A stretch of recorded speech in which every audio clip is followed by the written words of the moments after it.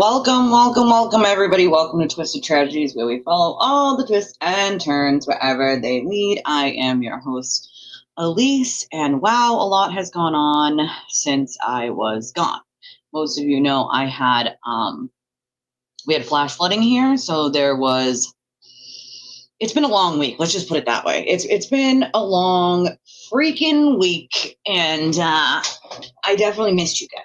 Okay, I missed you guys, and sometimes I honestly feel like this is like therapy with you guys. You know what I mean? You guys make me laugh, and even when I'm frustrated and pissed off. So I am happy to be back. I missed all your stinking faces, and welcome, everyone. All right, so let's see. I know. I hope everybody did have a good weekend. Oh, let's fix the bubble. Let's fix that bubble. Okay. Let me do my real quick. Excuse me. Morning spiel, and then we'll get going with the stream. Sorry, I'm just trying to fix all. They don't let you. What in the actual hell? They don't let you save certain things on StreamYard. So every time you do a stream, you have to fix the bubble. You have to fix the ticker on the bottom. So, okay, I think I fixed it. All right. Well, yeah, it is afternoon. You're right. I'm just used to saying good morning. It's my brain on a Sunday. Okay. Thank you guys. Thank you. Actually, I just kind of threw a face on. I'm not gonna lie. This is me throwing a face on real quick, and it's Sunday. So yeah. Also, one of you wonderful people sent me lots of hair dye. So I'm going to have to get at that and get my roots dyed out now, because I can't keep doing this with this grayness. I mean, I'm only 38. I feel like I'm 48 with all these grays. Time to go. It is time to go, grays. But yeah, this is me just throwing a face on real quick, because I mean, I needed to come here with you guys and not look like I just rolled out of bed 3 hours ago like I did. Thank you, DJ. Thank you. Yeah, we're going to talk about that in a second, but sorry.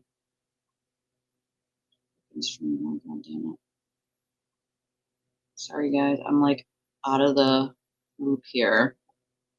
I was fixing this stuff before I came live. I had a couple tech issues that I was trying to fix before I went live. My microphone wasn't it was on, but it wasn't on. I don't know. My headphones weren't working correctly, so I had to undo everything and then redo it.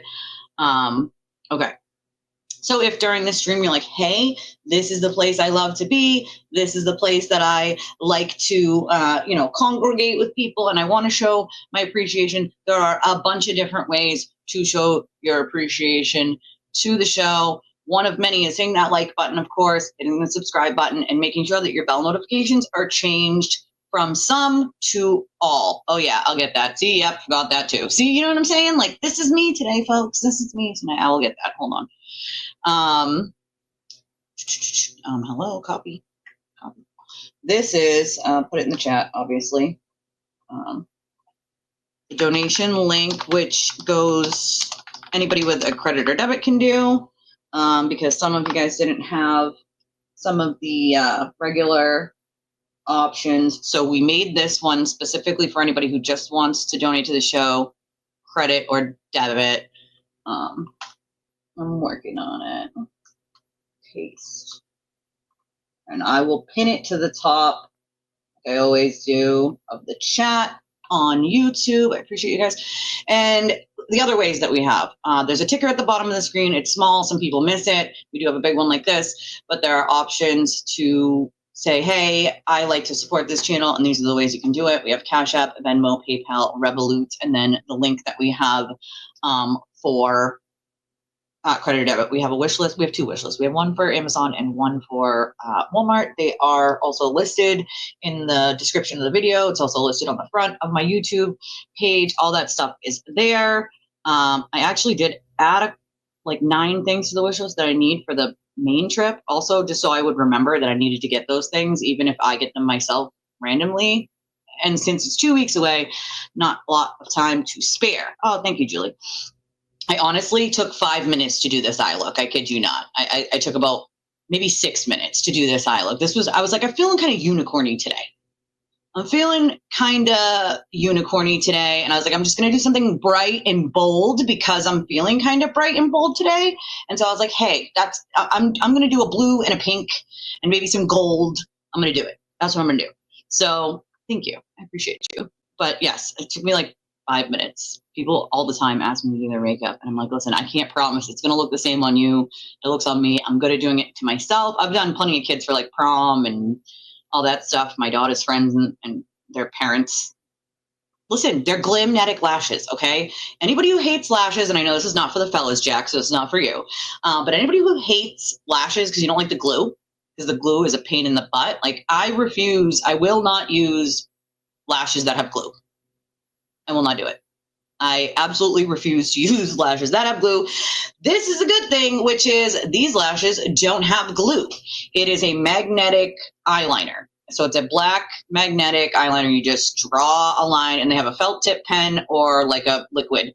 You can do either one. I use the liquid, and you just draw a thick line. You like fan it, wait like 30 seconds for it to dry a little bit, and then boop, pop the lashes on, and they're good to go. And those bad Larrys stay on there. They're not going anywhere, like anywhere at all. Like they're not going anywhere. And Glamnetic has anything from lashes that are very bold and long to, minimal, just a little wispy. They have all different kinds of lashes. And also apparently now they sell magnetic nails, which is kind of cool. I'm not going to lie, because these lashes are something that I absolutely love. Glamnetic is my favorite lash. I will not buy any other ones.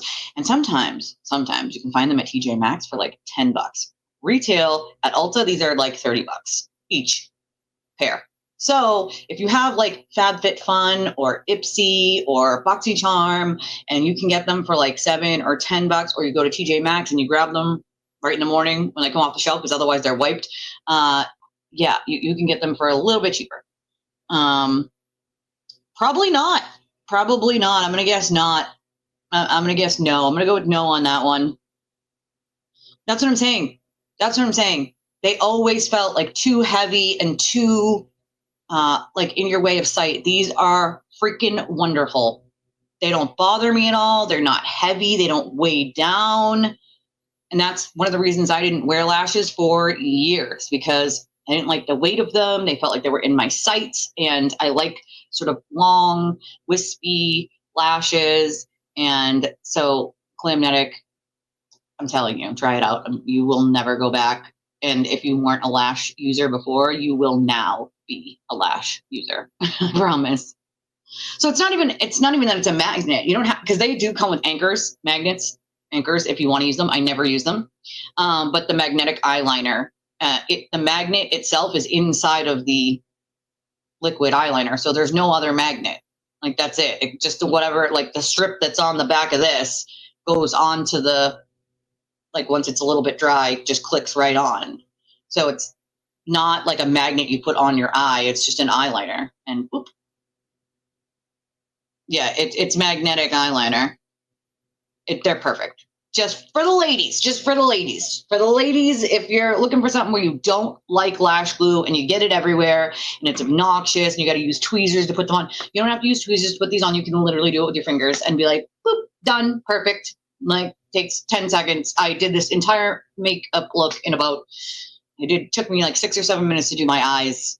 And then the rest of this, like maybe 3 minutes to pop on the lashes. So 10 tops to do this whole look.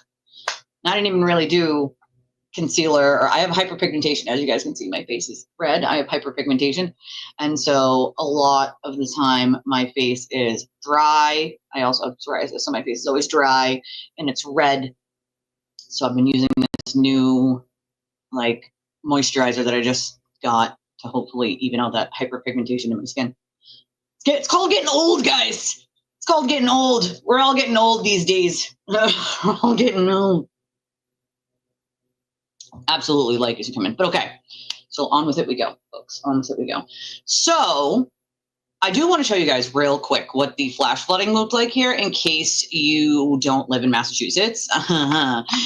It was not fun. It shut down parts of our highway on 93 and 95.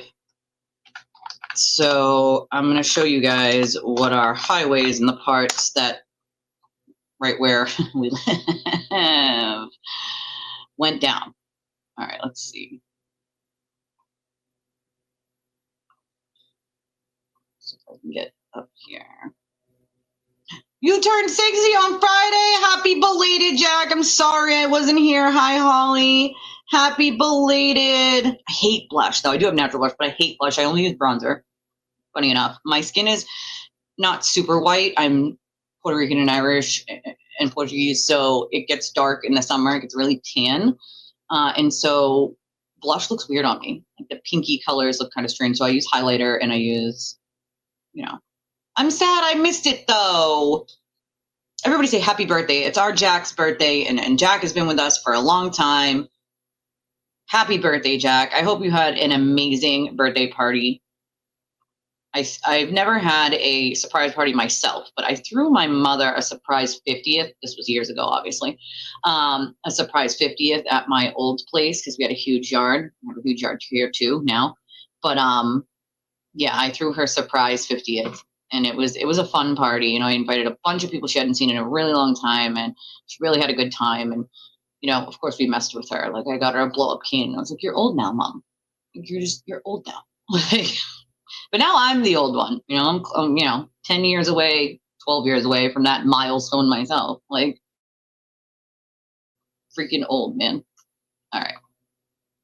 All right, so I think this is just a news clip of like some of it, but this is the part that it's showing right here is actually tame compared to what actually happened in this flooding. It was really bad. News at this hour as we continue to track heavy torrential rain across the area that's bringing a lot of flooding to our roadways. Good morning, everyone, and thanks for joining us. It's Thursday, July 10th. I'm Jordan Jagalinzer. Flash flooding is having a huge impact on some major roads this morning. The expressway is currently shut down in at least 2 spots. This is a look right now at Interstate 93 in Quincy. The flooding has shut down both sides of the expressway there. You can see the closure starts at exit 10. You can see several cars just stuck in the high floodwater there. MassDOT is currently advising drivers to seek alternate routes and to avoid this area. WBZ's Anna Myler is live for us right now in Quincy, where that highway shutdown remains in effect, Anna, due to what transportation officials are calling extreme flooding.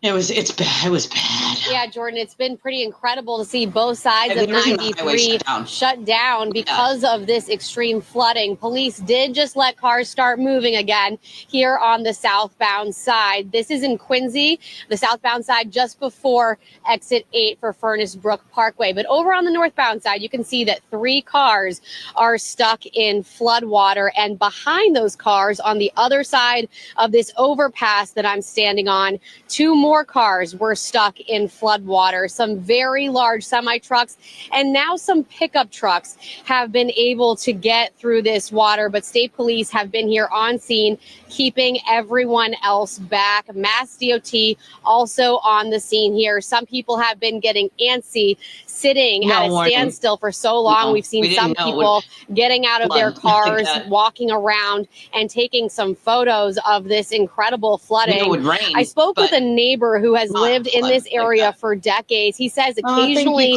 this area of road does flood because it's at a low point, but he says this is worse than what he's used to seeing. I've never seen anything like it. You know, it's quite amazing, I guess. It happens, though. It has happened over the years, not too often. And this is probably a little worse than most, or a lot worse than most. We knew it would. So again, police are letting some cars start moving here on the southbound side of 93, but you can see on the northbound side, it looks like are trying to get through right now. But state police really are keeping everyone else back right now. On the northbound side, traffic is still at a standstill. Make something abundantly clear here. If you come here, Ariel, and say I'm grifting off a flood that we all have, like, I live in Massachusetts. It's something that I talked about with my viewers. Since you don't watch me, you don't understand because you're just here to troll. Nobody's grifting off a flood. Like, what the fuck are you actually talking about? When you grift, it's when you're lying for dollars and cents and you lie to your audience. I don't lie to my audience. So please go back to the cult. Cult HQ is calling. They need you back, okay? They need you back. Oh, I already zapped them immediately. So their entire, again, your finger push-ups are useless here. Like, you're useless, cult. You will be bounced within literally seconds. So all that time you wasted writing some nonsensical, like, mean thing that you think is going to, like, what? I don't know what you think it's going to do. It just gets bounced right out. So you're wasting your time. Go somewhere else. Still reporting live in Quincy, Anna Myler, WBZ News.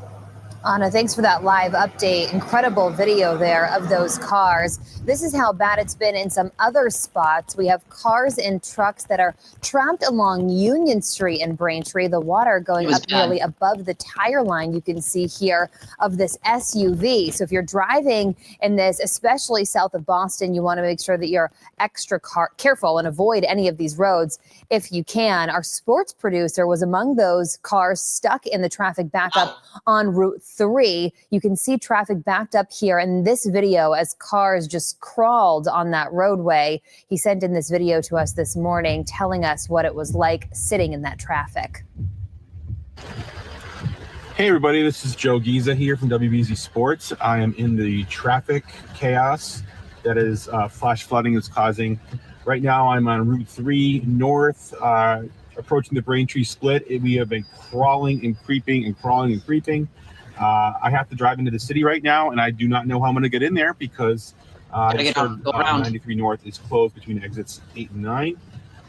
This rain is not letting up, and the traffic is not letting up.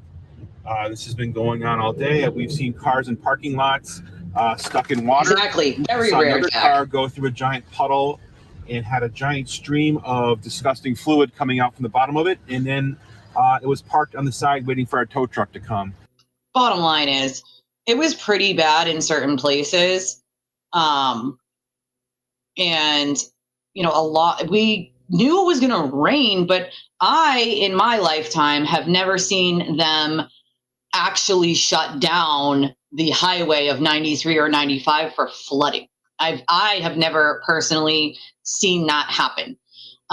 So it was kind of a shock to me, like they're shutting down the highways. My sister, one of my sisters who has mental disability, she's more in her mind the age of a child. She lives with my mom in that area that you just watched, and it's right next to the water. Like literally across the street is the water. And so there was no full warning of like that kind of flooding, and even living close to the water like that, I have seen that peninsula area flood one time, and there's one way in and one way out because it's surrounded by water. So water on both sides. There's one street that goes in and out. That's it. One way in, one way out. And I've seen that flood exactly one time in my life. It was when my little was about a couple months old. So I have seen it one time. And so the basements filled up very quickly with water, very, very quickly. And there's a lot of family heirlooms down there, a lot of things that, you know, my grandmother left behind, and she was like my mom. And so, you know, it was a race against saving stuff that we could save. And the things that we couldn't, you know, like old ornaments that we made as kids that my grandmother had held on to, and things like that aren't necessarily worth money, but they're sentimental. And so it was basically a race against time to see what you can save and what's more important to save, and what's not more important to save. And I also have a friend who's a single mother of 4 who I have been friends with over 20 years, who lives down there. So, you know, there's nothing that I wouldn't do to help her either. And so it was a lot. I'll tell you that much. It was a lot. It was a lot to deal with. It was a lot in general.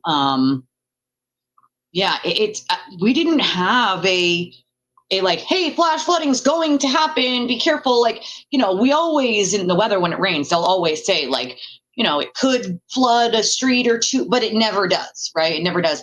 And we didn't get like, oh, flash flooding's going to fill up the basement and you might have to sub pump water out. And none of that was a thing. It happened really, really fast.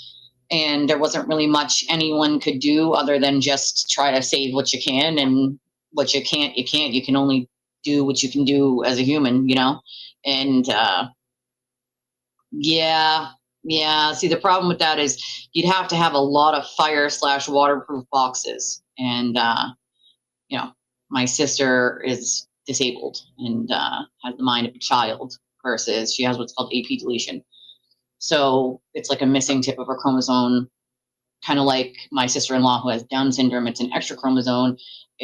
My sister has a missing tip of a chromosome. So she only gets Social Security, so she doesn't live off much. So there wouldn't be, you know, money to buy fire boxes for everything to put everything in, unfortunately.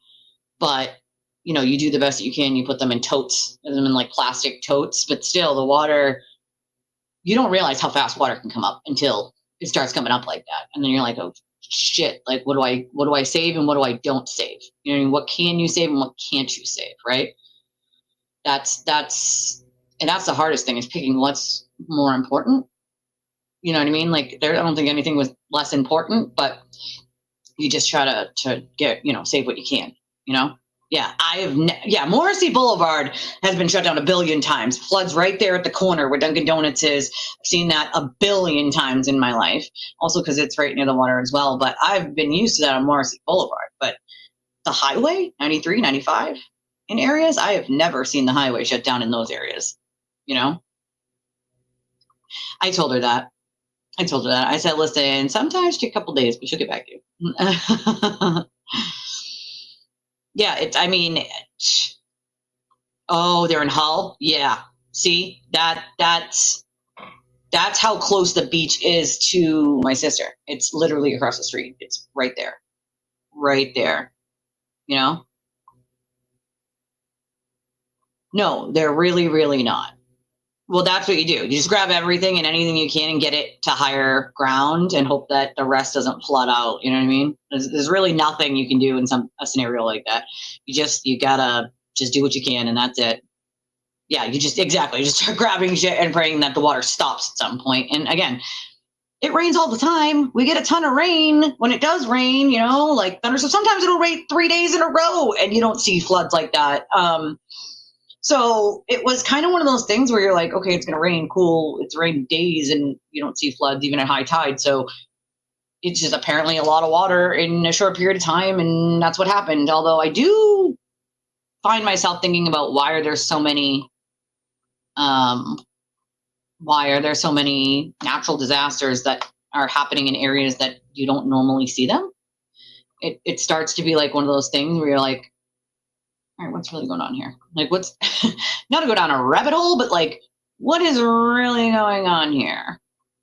You never freaking know, folks. You never know. All right, so let's talk about this ridiculous book deal.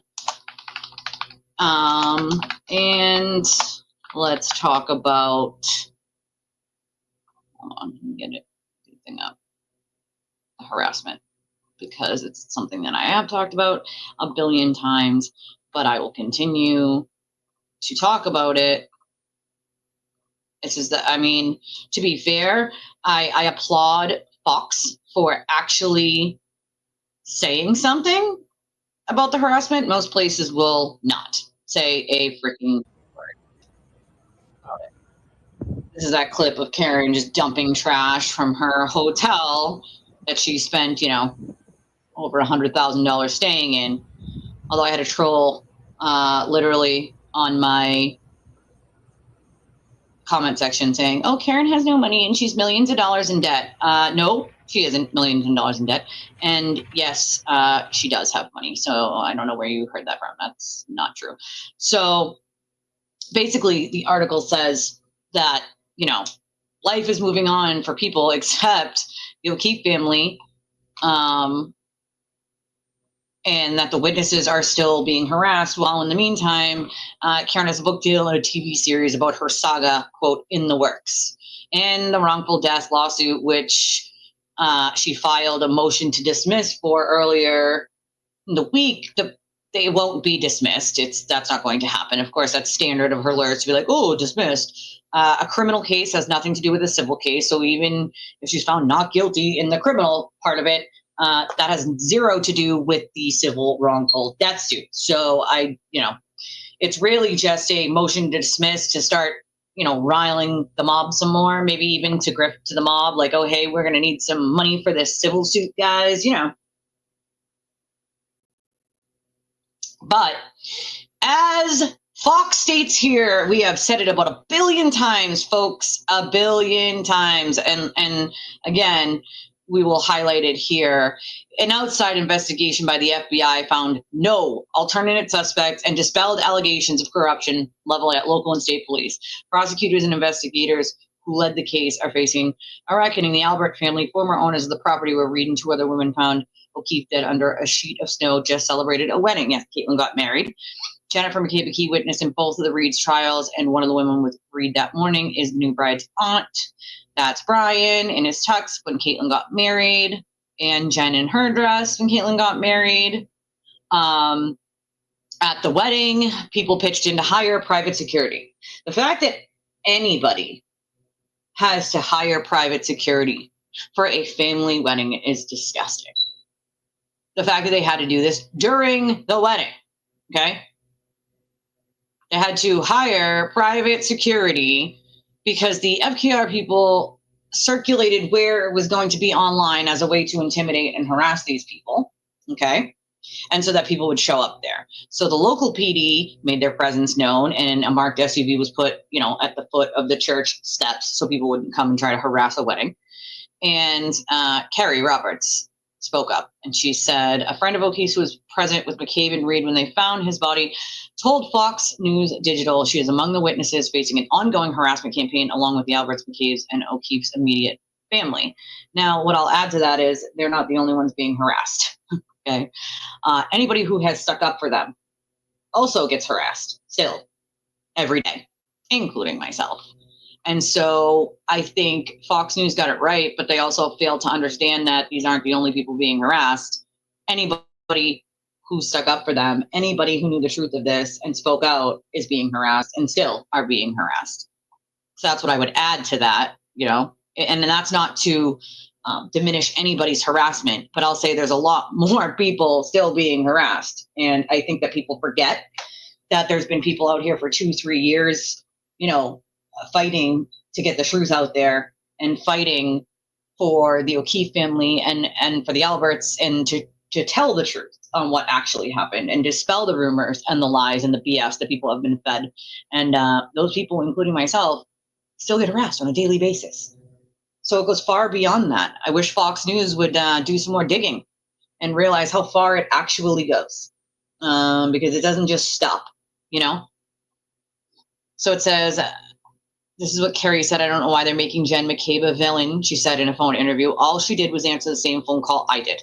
Karen called her. She didn't call Karen. It's so stupid and bizarre. And Carrie Roberts is right. All Jen McCabe did was answer the phone. Same way Carrie Roberts answered the phone. Why the hell is anybody harassing Carrie Roberts? What does Carrie Roberts have? And this is how insane it is to me. This is the kind of insanity it is to me, because Carrie Roberts wasn't even at the house. So you want to make this big, neither was Chris Albert. So you guys want to make this big conspiracy of all these people are all in on it, except you're harassing people who don't even fit into your conspiracy bubble and still harassing them as if they do fit into your conspiracy bubble, right? They weren't even at the house. Carrie Roberts was at home. All she did was answer the phone. Chris Albert was at home, right? These people were home. So why are you harassing people that had nothing to do with anything at all? Why are you harassing the victim's family? How deplorable of a human being do you have to be to harass the family of someone who has passed on?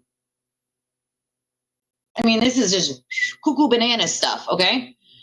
Said, I don't know why they're making Jen McKeith. Oh, yeah, I read that part. It said the victim's mother, Peggy O'Keefe, is dealing with harassment of her own, including a woman seen dancing on video at the foot of her driveway after Reed's acquittal. This deplorable woman decided that this would be a grand idea.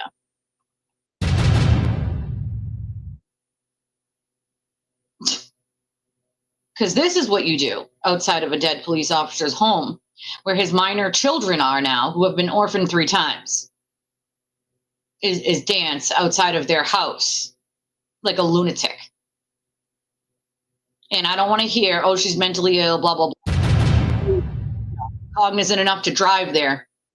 She was cognizant enough to freaking drive there. So that whole, oh, well, she's mentally ill. And okay, well, then maybe she shouldn't have been behind. I mean, who let her drive? She wasn't mentally ill enough to not be driving or working for that case. So this whole she was mentally ill thing. Okay, listen, I have PTSD. Would that excuse a behavior like that I would do? Absolutely not. Under no circumstances is it an excuse to behave in that manner and then people to say, oh, well, they're mentally ill. Okay, well, the sewer turtle's mentally ill. In my opinion, that dude is severely mentally ill. Does that magically make it okay? Is that an excuse of sorts? No, it isn't. You're still responsible for yourself. So if you're having mental health issues, it's on you to get some help. She knew exactly what she was doing. So this whole, oh, she was mentally ill thing, not okay. I have PTSD myself. I will have it for the rest of my life. I actually have CPTSD, which is complex post-traumatic stress. So it's more than one severe trauma. And so that will be with me forever until the day that I die. That does not make it okay for me to do something like that. And then people just say, oh, well, she has CPTSD. So, that's not an excuse. It is not a frigging excuse. I heard she was let go from her job, but I have no idea if she actually was. I don't have any idea what the reason was, but that is what I heard. So Carrie Roberts said that, and this is Peggy, Carrie Roberts said that the Norfolk District Attorney's Office told her to stop contacting the witness's advocate after the trial, even as strangers continue to throw things at her house, call her family murderers in the supermarket, and mock her children. Minor children, right? Because that's normal and all to mock minor children. That's super normal, right? That's deplorable. So she said, we put our asses on the line for 3.5 years, 2 trials to help the state of Massachusetts, and you're not going to help us when we're being harassed, she said. It's not worth it to put my family through ever again and not be protected at all. It's sick. It's absolutely sick. There's an ongoing witness intimidation case against Aiden Kearney, a Canton blogger who goes by the name Turtle Boy. But while Roberts is not one of his alleged victims, she says she faces rude comments and other harassment from random members of the community. And she does. And that's Carrie Roberts. But what I will add to that is that the named victims in his witness intimidation cases still have an advocate at the Norfolk District Attorney's Office.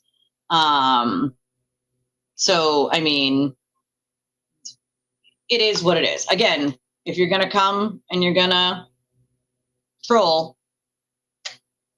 I don't care who you are, you're going to be removed. It's that simple. Chris Albert's a good person. I know Chris Albert. And he has done more for his community than probably many other people in that community.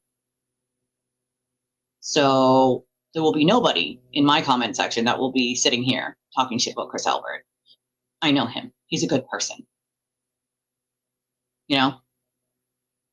I heard she got fired, but I don't know. Don't treat people the way, and that's what I currently say. You treat people the way you want to be treated. You want to be treated like an asshole? Cool. Treat people like an asshole. See where that gets you. They are going to find them. And that's, it's really that simple. I believe in karma. I do.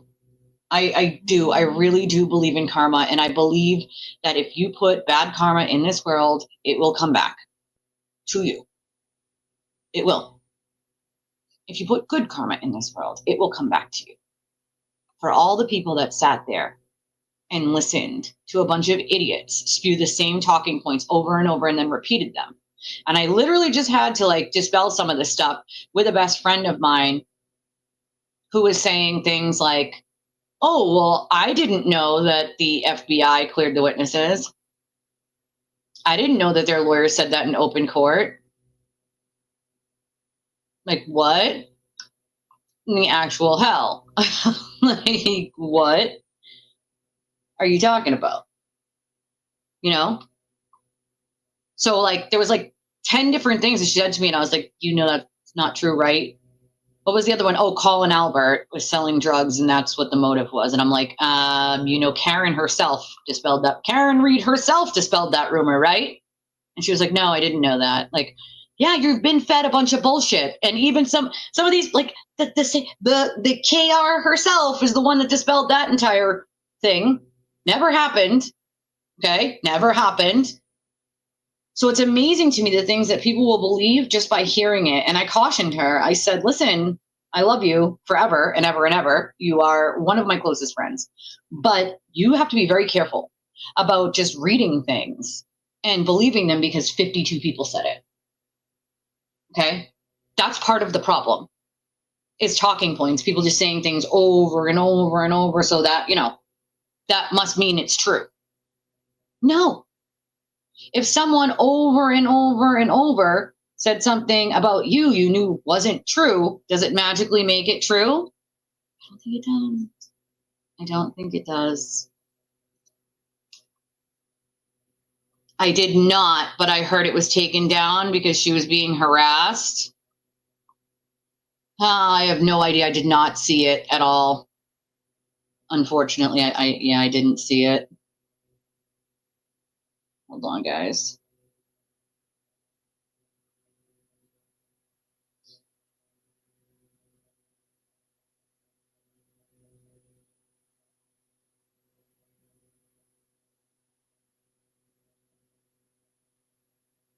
Okay, let's see.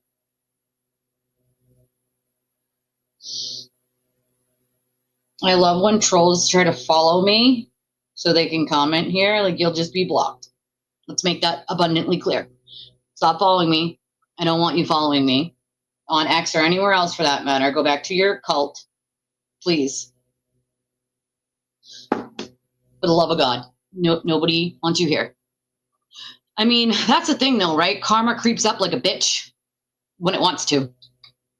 We have no control over when that happens, but I fully believe it will. When? I have no freaking idea because I'm not karma, but you know, she can be served whenever she feels like it. And we have no control over that, you know? But no, I didn't see that, Chris. I heard about it, but I didn't see it. I do know that apparently she got rid of like her whole channel as far as I knew, which is crazy. But again, when you get harassed and harassed and harassed and harassed, sometimes you're just like, you know what? It's not worth it to deal with these people. For me, they'll never silence me. I've dealt with bullies before in way higher places than them. They're not going to make me scared, or they're not going to silence me with their bullshit. They can spew as much bullshit as they want. That's right, Chris wasn't even there. Wasn't even frickin' there. Like, that's the problem. Uninformed. They see 100 people say the same thing, or 500 people say the same thing over and over and over, and they just repeat it. Like, oh, didn't blah, blah, blah, blah. No, where'd you hear that? Did you check to see if that was actually true, or you just said it because 500 people said it and you believed it to be true? Do your research. Don't just buy it because someone's selling it, dude. Yeah. And that's what they continue to do. You know? Exactly. What are you protesting? Exactly. What are you protesting? How does that happen though? Usually when it's in the Wayback Machine, you can get it right back. So how the hell does that happen? How does it get completely and utterly deleted from everywhere? You know? I've never heard of her either. Somebody told me that he was yelling at her or something like that. And I'm like, that doesn't shock me. Not even a little bit. If you don't say his talking points, his lies, guess what? He's going to start screaming and yelling and berating you because you will not tell his lies for him on your show with a different audience. And that's what he wants. That's what he wants. You know? I had never heard of her either. Hey, Maestro. But I don't know. I don't. For what? It's a waste of time. It's a waste of time and energy and space. I would rather focus that time and energy and space on helping other people that need my help or spending it with my family. I'm not going to waste time, energy, and space on people spewing bullshit that has no truth to it whatsoever. I'm not going to waste my time. Sorry, not sorry.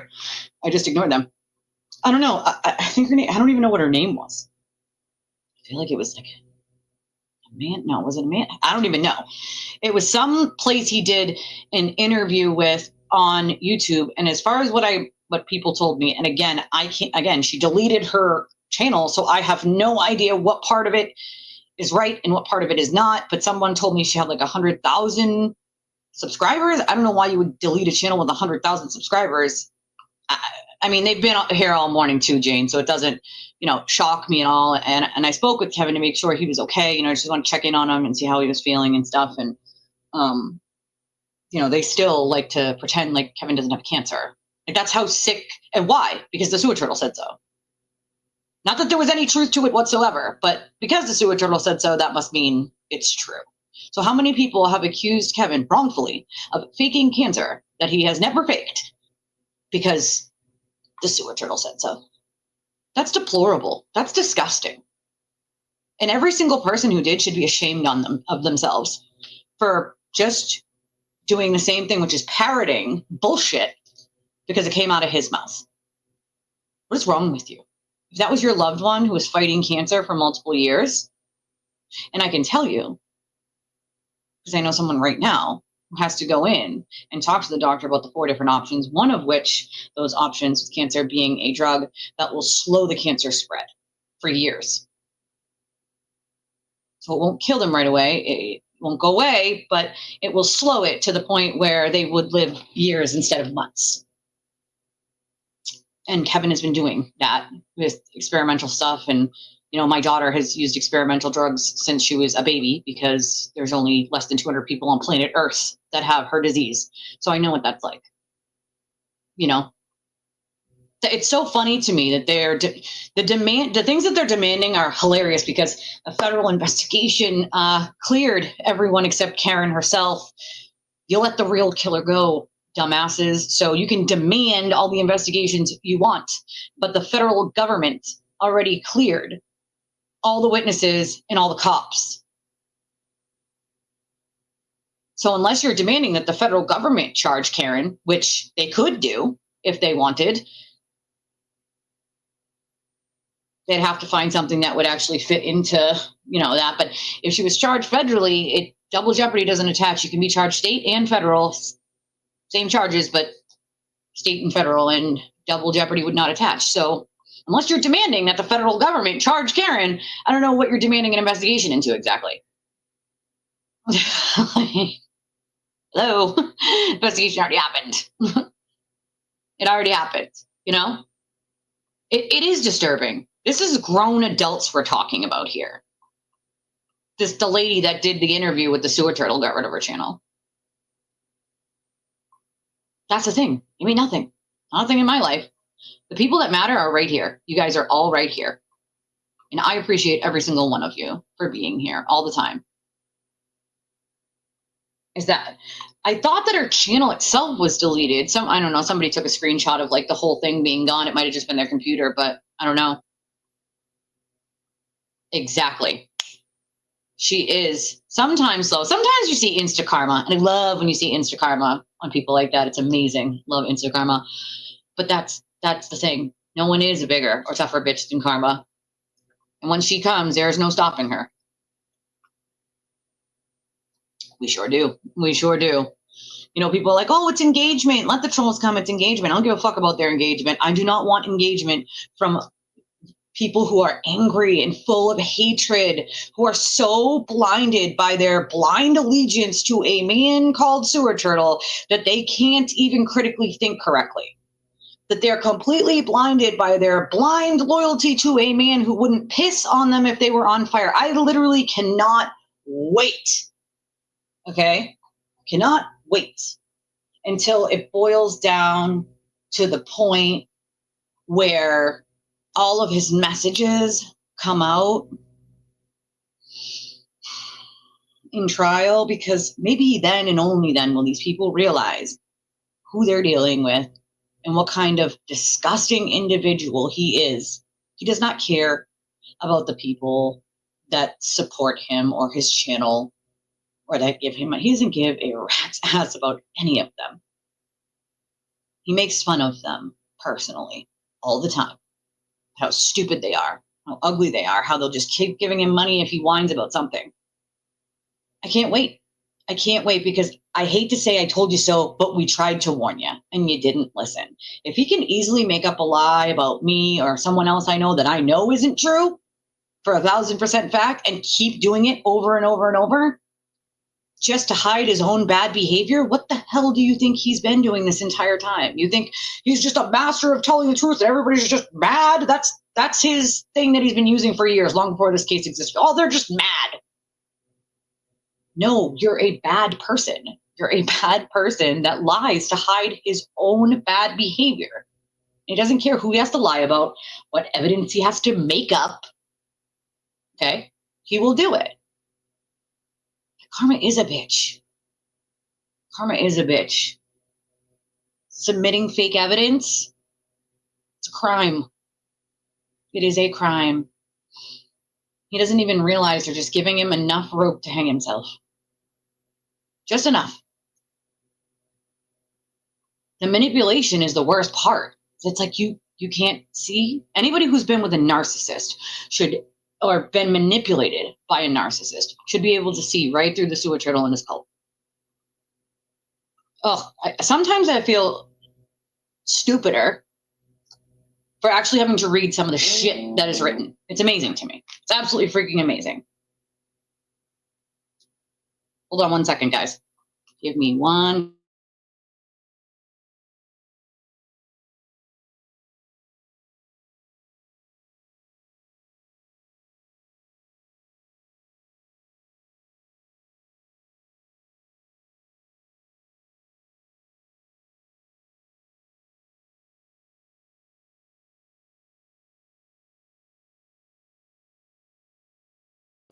Sorry, guys. My little friend's mom is here to get her.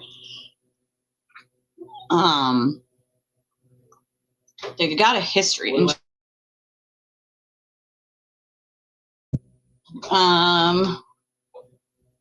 It's an interview of those two from before the trial.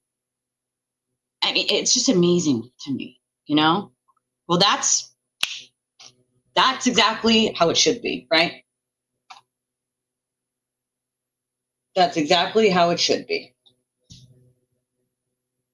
Over 100 years, over 100 years he's looking at, you know?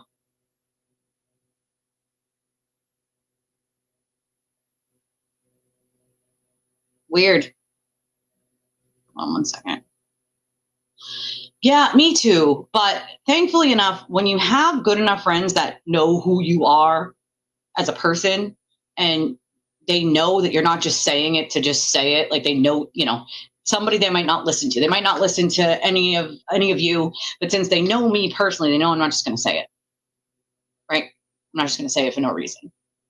I'm not going to say it for no reason. And so when I was talking to her, she was like, holy shit, I did not know any of that. And I'm like, that's half the problem.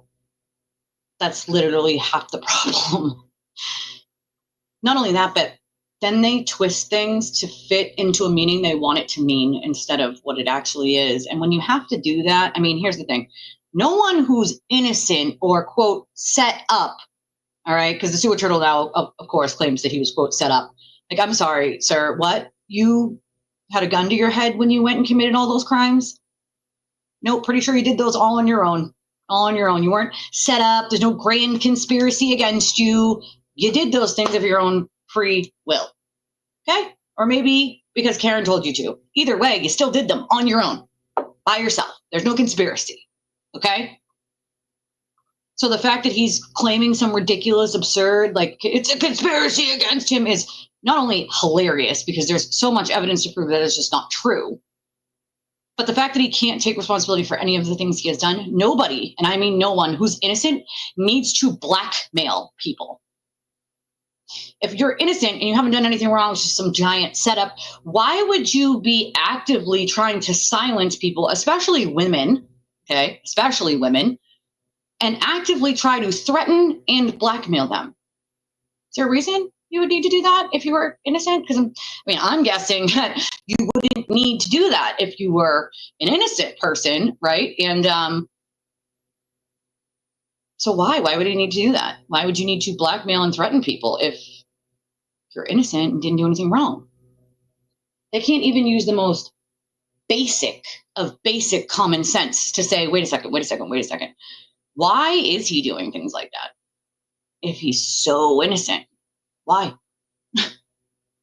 Kevin's okay. Yes, he's okay. I just, checked in on him the other day to make sure he was okay. I just want to make sure and see how he was feeling, see if he needed anything,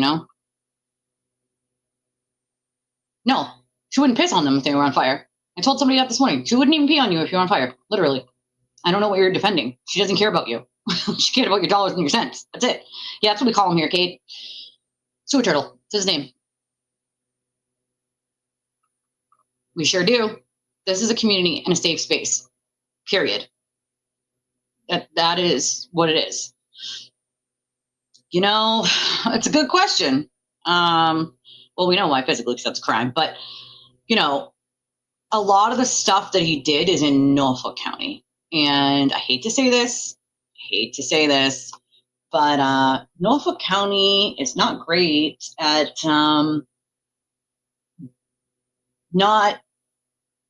here's the thing, they worry more about optics than they do actually holding somebody accountable for their crime. Problem with that is he's done it all over the state, so there are other, DA's offices that are looking into things. My county, for instance, will not put up with this kind of stuff. They just won't. Norfolk County seems to put up with quite a bit because they're more worried about optics and nonsensical bullshit than they are actually holding people accountable for crimes they're committing, which is so funny to me because not too long ago, Norfolk County didn't care too much about making sure that they, charge people with petty, stupid shit for no reason whatsoever. This was years ago, obviously, and it's run by the same person, Mike Morrissey, and make no mistake about it, I have been very clear about this the entirety of the time. I grew up in Norfolk County. I know that I have no love lost for Mike Morrissey, okay? It's not a secret. I do not have love for that man at all. And there are various reasons why. But what I will say is this. There was no conspiracy. There was no cover-up, okay? Karen Reed, in my opinion, hit John O'Keefe and left him to die. The evidence shows that. Sewer Turtle then helped her use her ridiculous conspiracy to flood social media and the streets with nonsensical people who wanted something to hold on to and be a part of, and they latched on. That's what happened. It's really that simple. It's an innocence fraud campaign, right? I don't think so, because it's not just Norfolk County that's dealing with him at this point, I do believe that even if he admitted everything he did, none of his people would believe. They'd just say, oh, you're just saying that, right? Behind the scenes, someone's forcing you to say it, right? I mean, even if there was a video of Karen, we know that they would still say like, oh, it's not Karen. Oh, it's AI. Oh, it's fake.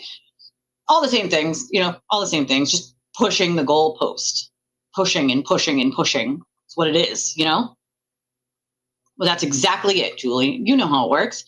It's exactly it. A master manipulator. And that's how narcissists work. They use manipulation tactics, including the law, to try to circumvent the things that they've done and use the law as a weapon against other people that they don't like. So they will do whatever they want to make up pieces of evidence and try to falsify things to get people they don't like. That's his actual setup. That's an actual conspiracy. And he has done that many times before Karen Reed's case ever existed, folks. A multitude of times that we can prove. So this is just a pattern of behavior with him over a very long period of time. I feel like eventually that has to happen, right? A lot of time.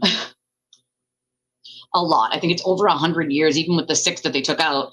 If you do the maximum on every one of them, it's like a ridiculous amount, like life. It's looking at life. Absolute life.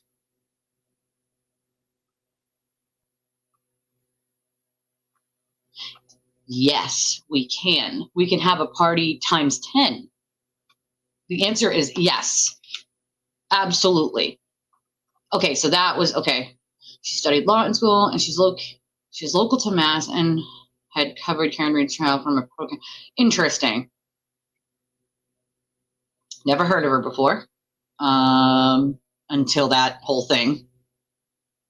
It wouldn't be good for sponsors. Yeah, no, I'm not buying that. Sorry, that's not a thing. Why would you even do it then? It wouldn't be good for sponsors because of all the shit he says. I mean, listen, I swear on my channel, and so it'll tell you like, hey, if you do X, Y, and Z, it won't be available to have like ads in your videos. But at the same time, why do an interview with someone like that? You know it's not going to go well. Everything he touches, he burns to the ground. Why? Because he'd throw everything under the bus except himself to save himself. Make no mistake about that. I don't know yet. They haven't set like an exact trial date. Yes, at a lacrosse game. And make no mistake, that's his go-to, is to threaten people, you know? That's not the same Kate there, bub. Sorry to tell you. Sorry to tell you. And since you called Morrissey meatball, I'm going to guess you're from the cult. So, yeah, I mean, I agree with you. He's an older gentleman. He doesn't really know much about the internet. I really honestly think someone else has to take this case or help him or something, you know? He's a decent enough person, but this case needs to be taken by somebody who can deal with an ongoing, everyday information gathering. It needs to be a office of special prosecutor, not just one person. You know? Yeah, the civil cases have nothing to do with the criminal cases anyway. Oh, probably. Absolutely. I mean, he's demanded it before, so nope, Plymouth County doesn't either, you know? Oh, absolutely. I think that's a good thing that it's in that county. Hey, nice to see ya. Nice to see ya. It's like amazing that I can't figure that out. Can't, you know what I mean? There's actually someone who's called KP, like their like initials are KP, I think, on X, and magically was like, oh, hey, Kate. Like, you guys are that dense. Like that dense. I can't. This is why I have one account. One friggin' account, because if I say something, I want them to know it's coming from me. It's coming from me when I say it. There was no broken bones. No. But again, I just watched a 7-year-old little girl get hit at almost 30 miles an hour.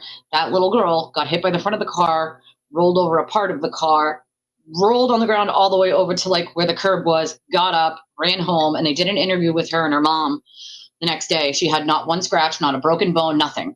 You can't just expect that there's going to be a broken bone just because he was hit. That not having a broken bone does not prove he wasn't hit. There are plenty of people that get hit and don't end up even with a scratch, never mind a broken bone. And also, he was immediately thrown into frozen ground. So do you realize what? So cold like that restricts your blood vessels, which stops you from getting bruises, which is why they tell you to ice it so that you stop the bruise. So when you're immediately thrown into frozen ground in the snow, like it's cold like that, you're not going to bruise. And also, if he died within minutes, a few minutes, you're not, dead bodies don't get bruises. So it's probably the reason why, you know. Oh, I didn't even give a warning. That was it. I can tell by the words. It's that simple. I can tell by the words that people use. You know, if you're using cult language and talking points, I know exactly where you're coming from and why you're here. You're not here to actually listen. You're not here to watch. You're just here to troll. It's that simple. Sad. That's sad. You know, one day, no, she was not. So ridiculous that anybody would even say that.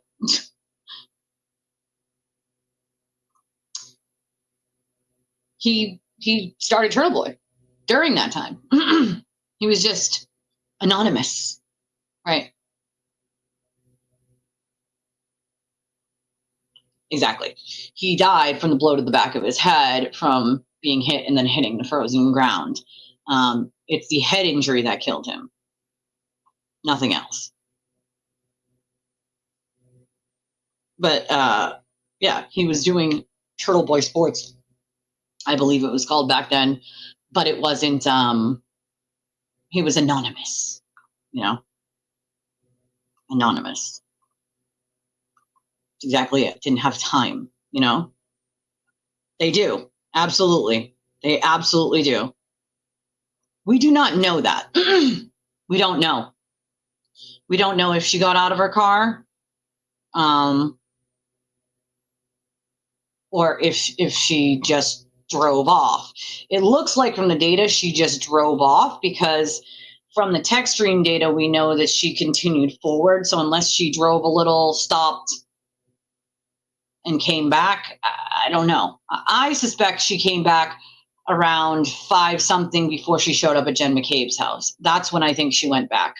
I don't think she went back before that, because the text stream data shows that she, after she backed up, she drove forward. So that's what I'm guessing. Yeah, we've talked about that one a bunch of times, the Daryl Brooks case, and how all the different injuries were different. Yeah, we've talked about that before. You can point to all of these things and they still go, oh, well, you would expect to see. No, you would not expect to see anything. And FYI, most pedestrian accidents are from the front of the vehicle, not the back of the vehicle. Just FYI for, you know, I have not, again, I've been dealing with the funding and other personal stuff. So I haven't caught up on other things outside of the stuff I was already working on. So you're going to have to catch me up, Holly.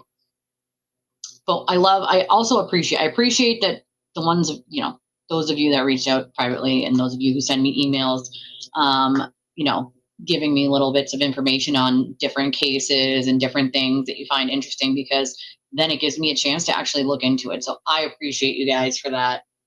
I like it. I get those emails and I'm like, oh, good, something I can, you know, sort of delve into. And I appreciate being able to do that. Hold on 1 second, guys. I have something that just popped up. I don't know what it is.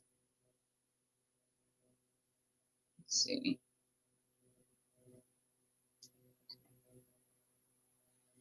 Some message, but sometimes I get incoming information as we're doing this.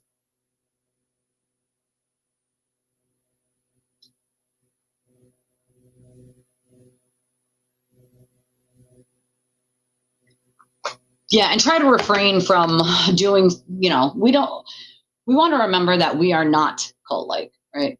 So we don't want to do things like these people do. You don't want to send things to people's houses or mail.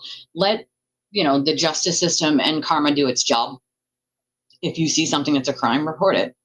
It's that simple. I mean, the harassment isn't magically going to stop. These people are not going to magically stop harassing people. Why are you harassing Carrie Roberts' family? None of them can answer that. They're doing it because they think they're going to get a pat on the back from the sewer turtle himself. Oh, good girl, good boy. It's so funny. Ha, ha, ha, ha. It's not funny. Carrie Roberts has nothing to do with anything other than answering the phone to try to help find her friend, who she then had to find dead. That will sit with you forever. Believe me. When someone's color drains from their face and their lips turn purple and the bits of their ears lose color and start to turn blue, something you're never going to forget. Watching someone who is either passed on or is passing on is not something that ever comes out of your brain. What Carrie Roberts had to see that morning, she will never forget. For her to have to be harassed simply for going out and trying to help find her friend is deplorable, and it's disgusting. And anybody who thinks it's funny or cheering it on is just as bad. If you think that these things are okay, including messing with a victim's family, there's something seriously wrong with you.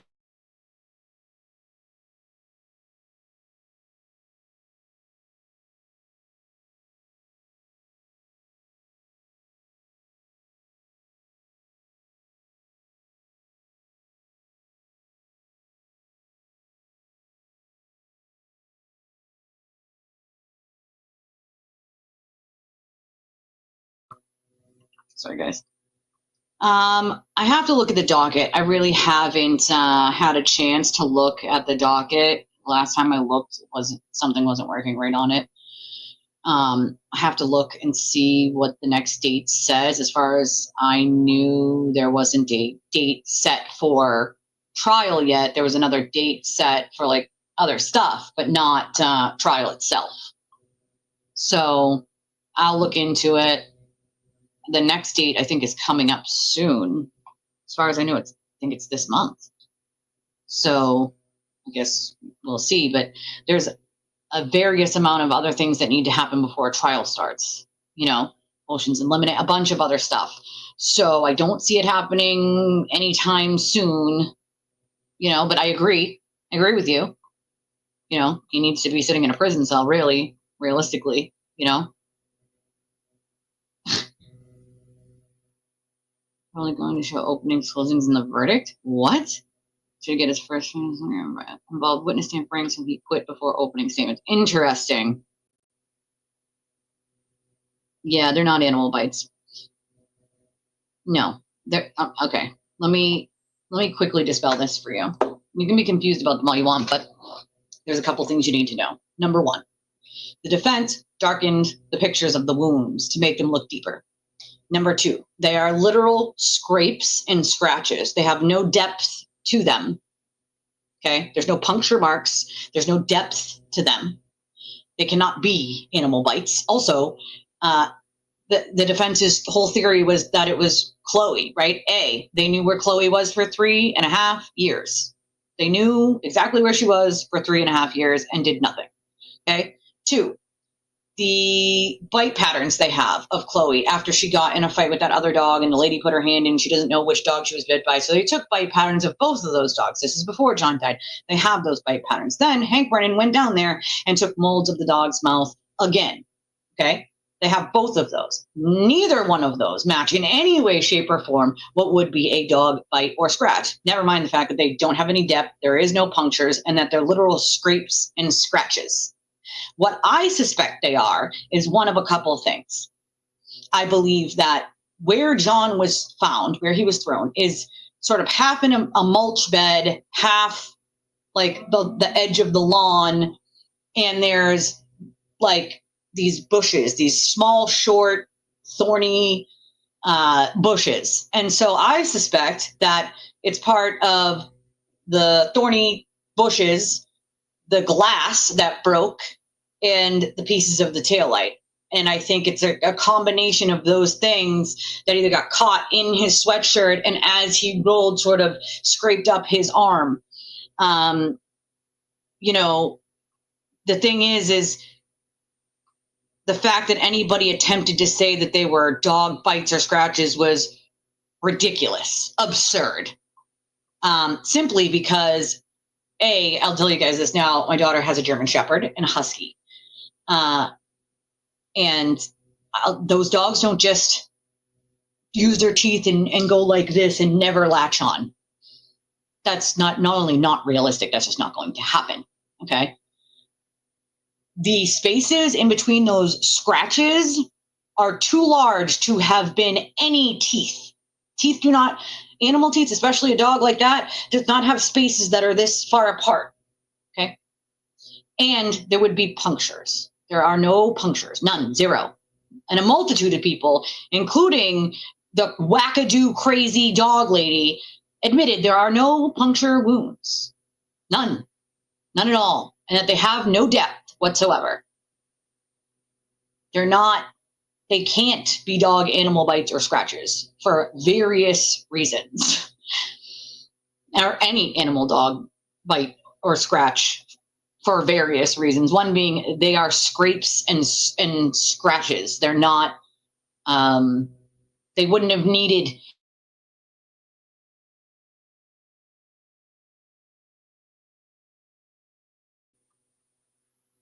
sorry, I was buffering, but they wouldn't have needed any other kind of medical attention. I also suspect that part of pieces of the undercarriage could be part of it. You never know, but it's not an animal. I can tell you that much.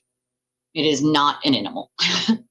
The spaces between them And no animal has teeth that are that far apart and that wouldn't cause a puncture and a pull. It's just not feasible. Also, a dog or animal, especially if you're talking scavenger animals, are not going to come and just tug on one part of John's arm and not gnaw at anywhere else on him. If it was a coyote or something like that, they would have tried to pull his shirt or pull him by the face, and like they would have latched on in other areas if they couldn't get onto, the arm. They're not just going to go at one space and then call it a day, Oh, that's crazy. That is cuckoo. Oh, I feel like I heard about this. The guy that was just like sitting on his front porch,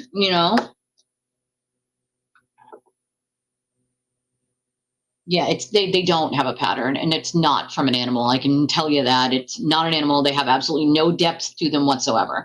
An animal would have depth. Again, teeth make puncture marks. There are no puncture marks whatsoever, and the spaces are way too big. Way too big. And even as Marie Russell said, if she takes them apart as groups, she cannot tell you what they are. She has no idea what they are. She can only look at them as one whole thing and say, oh, it's an animal bite. But if you take them in groups apart from each other, she can't tell you what they are. Why? Because they're not from an animal. An animal would make depth. Any animal would make some sort of depth or puncture. None of those exist. They are scrapes and scratches. They are not bites. Thank you, Jack. I appreciate you. Yes, they don't. Exactly. And also, they don't have inverted jaws where you'd have to bite upside down. Just FYI. Most people don't even realize that in order for that to have been a dog bite, it would have had to have all the things I just said, depth, puncture, but also it would have been reverse. It would have been opposite way around. So did the dog's head magically spin around or a coyote? It's not how it works. And only the top jaw, never the bottom. Come on. That doesn't even make any sense. I think the judge was afraid of appeals, to be honest with you. And that's one of my big criticisms of that judge, which is she was too afraid of appeals. And also, let's point out, the judge used to be a defense attorney for murder trials. That is why she is so lenient when it comes to defense attorneys, because she did their job. She did murder trials as an attorney. It is reprehensible, Lisa. You are 100% right.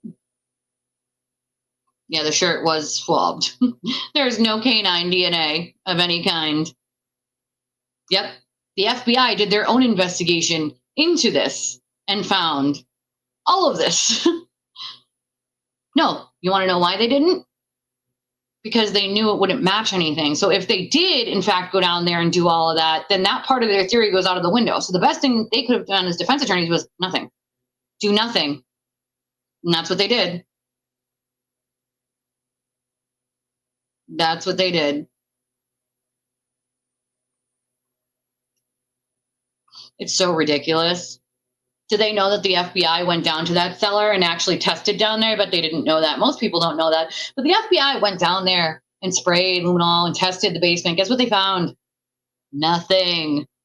They found absolutely nothing, which is why they ended up clearing the witnesses, because they did all of this. They did these investigations and they found nothing.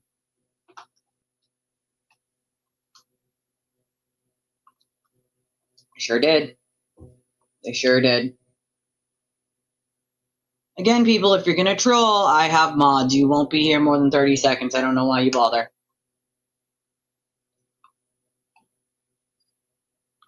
Yeah, I'm going to have to disagree with you there, because it doesn't look anything like that at all. Those are scrapes and scratches. Bites are much deeper. If you are bit by a dog, it is not going to be scrapes and scratches. They're not going to be abrasions. Let's put it that way. They're not going to be abrasions at all.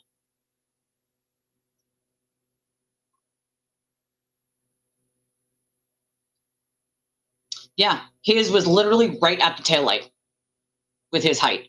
Right at the taillight. I love you, Deb. Yeah, they would have tried to, exactly. They would have tried to drag him to the den. They would have tried to take it with him. You know, they're scavengers. That's what they do. Thank you, Jack. I appreciate you, my friend. You are 100% right.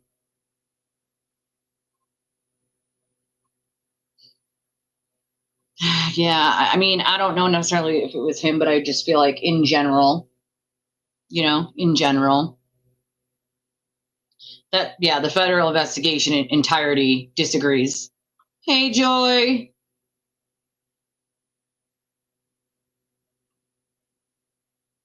Oh, Denise, you poor cultist. Please go back to the cult. They're paging you, dear. They're paging you. I don't know why they bother, honestly, with the finger push-ups. It's really kind of ridiculous. Not only is she not innocent, okay, but realistically here, okay, being found not guilty does not mean you're innocent. Just let's throw that out there. Not guilty means not guilty, as in they couldn't, the jury said that they couldn't prove it, which we know is just bullshit. But it does not mean you're innocent of said crime. It's not the way it works. There is no such thing as either being found innocent or guilty. It's not guilty or guilty. That's it. Yeah, it does actually match one of the pieces of taillight fragments perfectly as well. That's the other problem. Yep. I don't know why I mean, maybe the judge didn't let them. The prosecution should have done that, you know? No, absolutely not. If you have a dog like that, you would know. Thank you, Joy. Appreciate you. Oh, yeah, absolutely. Right? Not that I don't do enough already, but shit. It's amazing to me, the shit that still comes out of their mouths. Like, is this real life? Are we, you know, are we, or is this like a different reality where you say things enough times, it just magically becomes true? Because as far as I know, that's just not the way it works. All right, we've been here an hour and 19 minutes. So do me a favor, if you already haven't, make sure you hit the like button, hit the subscribe button. I'd appreciate it. If you haven't already and you would like to make a donation to the channel, these are the best ways to do so. I appreciate you guys with your super chats and your super stickers, but let's remember, YouTube takes a part of that and it takes over a month to get actually to me. So the best ways to get straight to me are these ways: Venmo, Cashapp, PayPal, Revolut. And also we have a link in the chat where you can get, hold on, sorry, we can use your credit or debit. Also, I know a bunch of you are going to have your memberships coming up that you need to renew. Well, if you want to renew them. Maestro, thankfully, has made me a QR code that I'm going to put in the posts today in YouTube, and I'm going to start putting it up here somewhere. I just have to figure out how to do it. I haven't had a chance to upload it to the computer yet. And it will bring you, anybody with an Apple device, it'll bring you to be able to get your membership for the channel. So thank you, Maestro. I appreciate you for making that QR code that does that. You are freaking amazing. I don't know what I would do without some of you.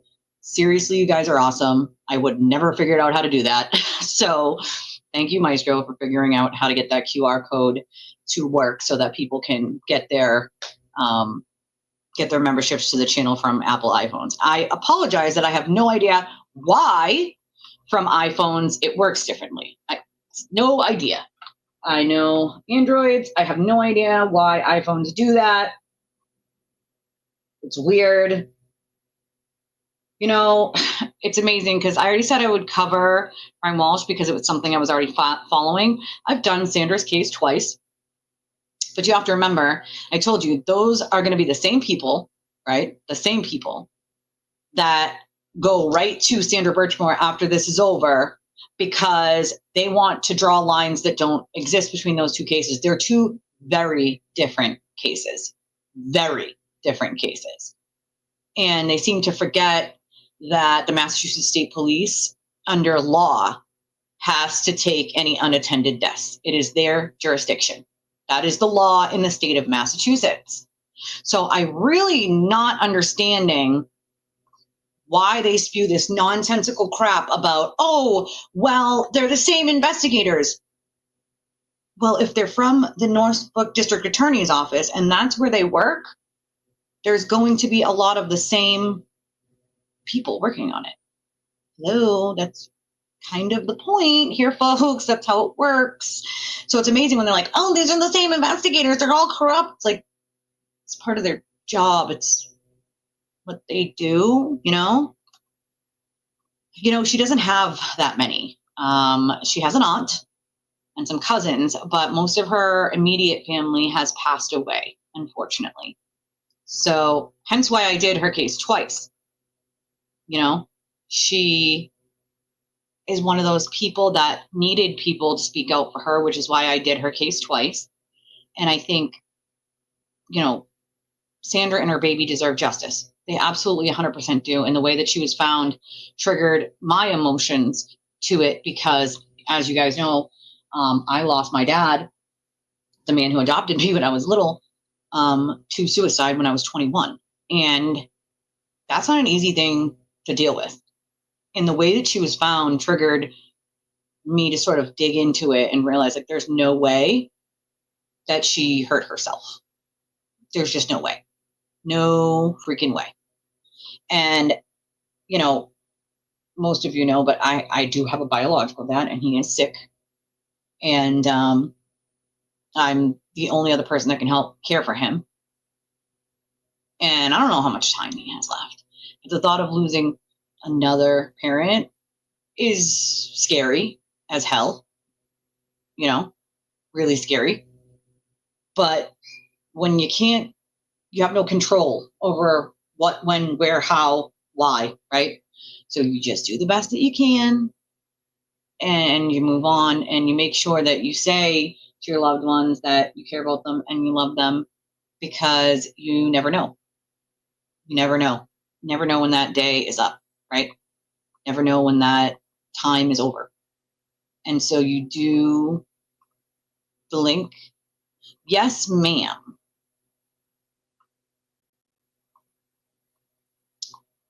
I think boop, this is the PayPal link.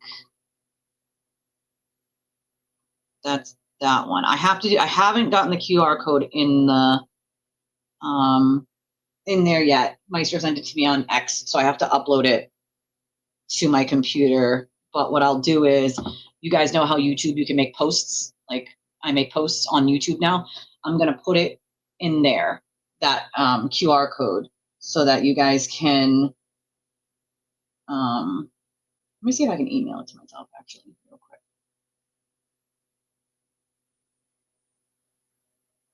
Let's see. Damn it. Let's see if I can do it this way. Duh, save. Obviously save. Oop. Dang it. It's not giving me an option to. No, I don't wanna. Dang it. Maybe Maestro can send it to me in email. So it's not even letting me send it to myself in email, which is annoying as hell. But I will get it up there for you guys so that those of you who have Apple devices can get your membership. And if you don't, I mean, you can do it on a computer anyway, but yes, community posts, exactly. That's okay. It's nice to have you, Monarch. I have been watching a little bit about that here and there. Yeah, well, that's the problem. You know, it's because he was a police officer. Now they go with the whole nonsensical theory. Have a good day, Jack. But I do believe that karma does its job eventually. You know, when it comes to shitty ass people, you know, it's unfortunate that anyone has to deal with it. But the good news is that I do believe eventually you get what you give. You get what you give. And if you give bad, karma, that's what you get back. That's the way that you know, go about things in life, then I feel sad for you. I feel sad. Okay. Let me see. Let me look that up for a second. Let's see. Isn't there another trial starting tomorrow or Tuesday? I thought I heard about another one. This is the guy, huh? Let's see. What does it say? This is the guy? Interesting. Is this Colorado? Jeez. Potassium cyanide. Whoa, cyanide, huh? Yeah, Stearns. Exactly. That's what Steven Stearns, right?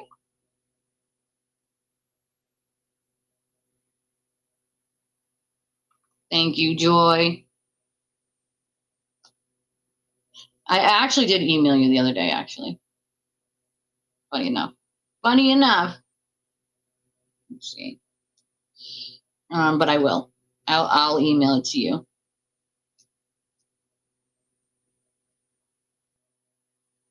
Let me get to the right. That's what I thought. Right? It's weird, right? Isn't that strange? So strange to me. Yes.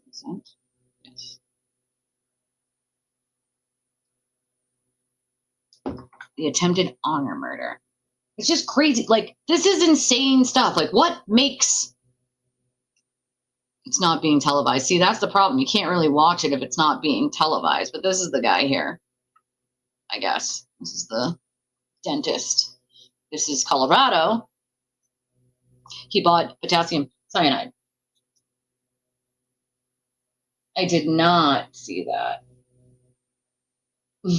No worries, girl. No worries.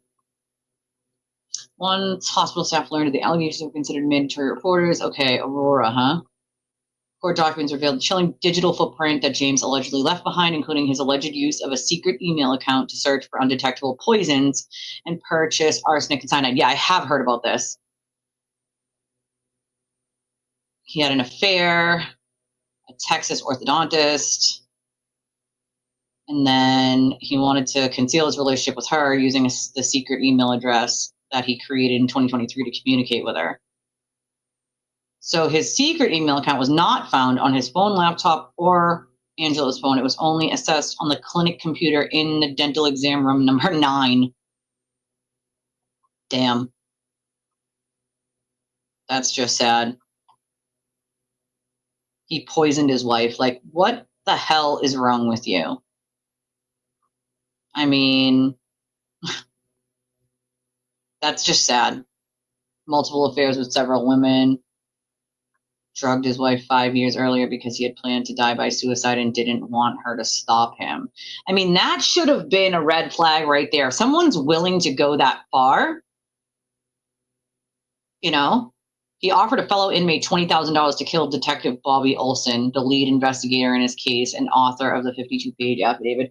You know what amazes me is, how do these people not realize? How do you not realize that if you try to kill an investigator or a DA, someone else will take their place. You will still go to prison, okay? There's not just one person working on a case at any given time. Do they think by killing off these people that somehow, some way, the state just isn't gonna prosecute and you'll just get out scot-free? I don't understand. Or is it just a revenge tactic where, like, I want to kill this person and that's that? It's insane. Why would you only televise openings, closing, and verdict? That doesn't make any sense to me. Why do it at all then, you know? I mean, am I the only one that makes no sense to? Because that doesn't make any sense to me. Why would you only do openings, closings, and verdict? That's strange. That is strange. It would be good to watch if it was being televised, but we can't watch it, you know? Yeah, I did not see that. Bunch of cops killed a guy? Well, what did the guy have a weapon? Did he lunge at the cops? Like, what's the deal there? Is there, like, some other... Let me see.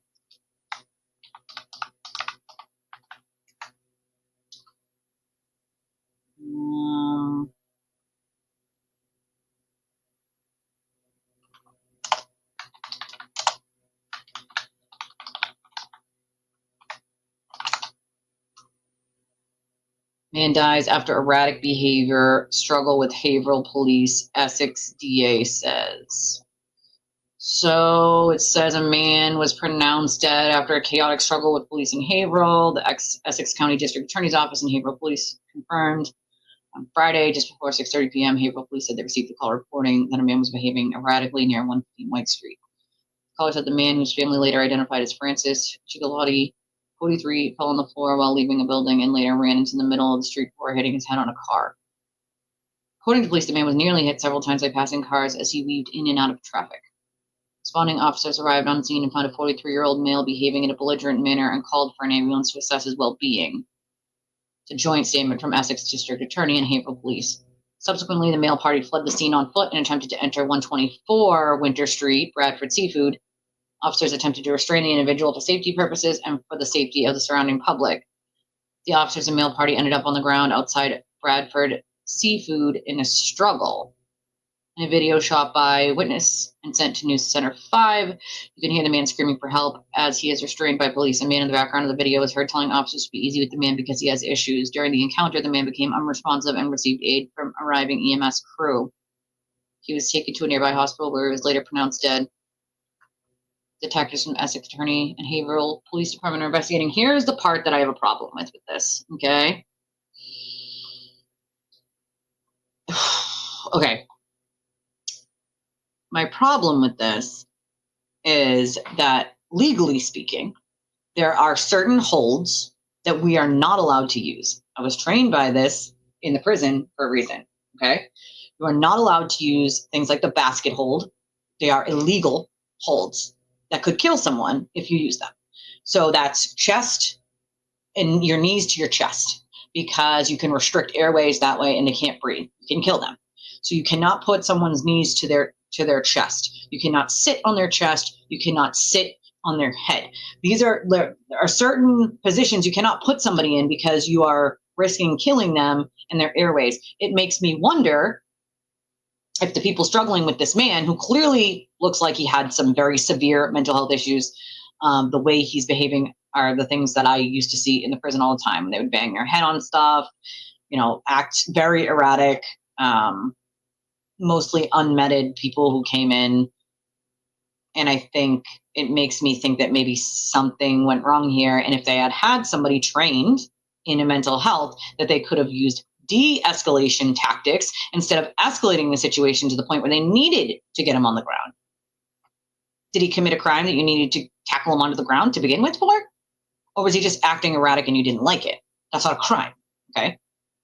Not a crime. Yes, he should be assessed, but you need to be doing, de-escalation tactics first to de-escalate the situation so that you can get him to agree to get in the ambulance and be seen. And if you can't do that, then and only then do you use other options. But even in that scenario, there would be no scenario where you would have multiple people either doing illegal holds he didn't become unresponsive just for being on the ground, which makes me think that they had him in some sort of hold or something that restricted his airways. It's sad because if every police, department had somebody trained in mental health that worked every shift, one for each shift, so that's 3 people, and maybe a 4th person to, fill in for the people who need to go on vacation or have a day off, whatever. I think you would see a lot less of these, a lot less of people, being shot or killed some way with interactions with the police or first responders if you had somebody that was trained in de-escalation tactics and mental health to begin with. Because they will calm down if you get the right person there to talk to them. I just don't understand it. I have literally done this myself in the prison where somebody's trying to hurt themselves and you get them to de-escalate. I don't understand why every police department doesn't have somebody trained for that. It really breaks my heart. This is why I say our mental health, the whole situation in the entire country is shit, because you have one state does it this way, one state does it this way, one state does it this way, and they don't put a whole lot of money into mental health. They just don't. And so, cut corners and dollars and cents, and that hurts the people who need the help the most. And it's very sad, because if the police departments did have staffed people to deal with mental health, they would be able to spot it right away and know exactly what to do to help. Interesting. I'll have to look into that. Yeah, that is weird. Trying to take a hit out on the detective. That is weird. Yeah, not the smartest criminals is right. You got that right. That's my problem. Like, what is your thought process behind that? I don't know if any of you saw the new Idaho. I mean, there's two new ones, one on Peacock, but there's one on Prime about the Idaho 4 case. And it's, you know, the people who found Xana and Ethan. That kid is so traumatized from finding them and checking pulses and calling the police and the way. And now we know, right? We now know why 911 was called for an unconscious person. And it's because he was with the other girls and he ushered them out of the house and said, just call 911 and say it's an unconscious person, because he didn't want them to go and look at the bodies. He didn't want them to see what he had just saw. He saved those girls from a lifetime of flashbacks of seeing that. And, you know, he, you know, didn't want them to know, like, there's dead people in this house, like, just get the police here and then let the police handle it. And I think, you know, Hunter's extremely brave for what he did, and he saved those women a whole lot of trauma by doing what he did and thinking quickly. And he should be applauded, not harassed. Of course, he was harassed and blamed, just like some of the other, you know, witnesses in that case, the roommates, surviving roommates, which is just awful. It's deplorable. It should have never happened. But again, this is what happens when social media runs wild. Instead of waiting, hey, Lynn, instead of waiting for the information, you know, we can speculate all we want, and that's okay. It's okay to be like, well, what if this happened? What if that happened? What isn't okay is when people take that a step further into harassing these people, contacting these people, saying, I know what you did. You're this, you're that, when you really don't know anything. Were you there? Of course you don't know. You wait until actual evidence comes out. And so all of those people that contacted the surviving roommates or the witnesses in that case, how do you feel now about that? How do you feel now about that? All the people that tried to say Kohberger was innocent, how do you feel about that? He pled guilty. He pled guilty.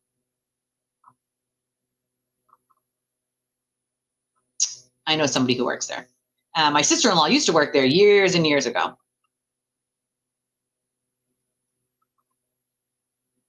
Yes, they are, but we're also trained to be able to hold a full-grown, as a woman, hold a full-grown man so that he can't get out of it. Like, literally, he can't headbutt you. He can't, nothing. He can't move anywhere. So you can de-escalate it without hurting someone, you know? Yeah, I mean, there was no need for what they did to Hunter. It was very tastefully done. That's the part that I loved the most. It was extremely tastefully done. My heart breaks for these families, including, you know, Maddie was an only child. So, you know, her mom, Karen, and she looks just like her mom, literally just like her mom. But her mom breaks my heart because it's very sad. The way they were told, the way they had to go down to the police station and wait, the rumors that started floating almost immediately, the fact that Karen went all the way down there thinking that she was just going to go get Maddie and Kaylee, and because they had heard there was a homicide, they didn't know there was 4 people, and so they thought, hey, we'll go down there and console her and try to figure out what happened. And those parents drove down there thinking they're picking up their daughter to figure out what happened. Their daughter was one of the victims, and it's just sad. You know, it's just sad, the whole thing. But all those people that spent their time online, right, harassing people in that case, blaming the boyfriends, right? The boyfriends are killers. One he was in Boise at the time that it happened. And so many people were blamed in that before they arrested Kohberger, and even after they arrested Kohberger, you know, you have the what we call the pro-burgers of people who, oh, he's innocent, he's not innocent, his DNA is on the damn knife sheath under the bodies of Maddie and Kaylee. I mean, what more do you need? What more do you need? He stalked them ahead of time, folks. Okay? It's a really sad case, and those families don't deserve what they dealt with. But when are people going to learn? When? Yeah, I mean, it's if you have crime, It's free, and it's on Prime right now. It came out the 11th, so literally 2 days ago. And it's very tastefully done. It's in episodes. And I really hope, it is extremely poor taste. Ethan, what does that matter? What does that matter? He was a young kid. A young kid. Not only is it poor taste, but speaking ill of the dead, what is wrong with you? Victims. I saw that Karina Cooper was guilty after 4 hours.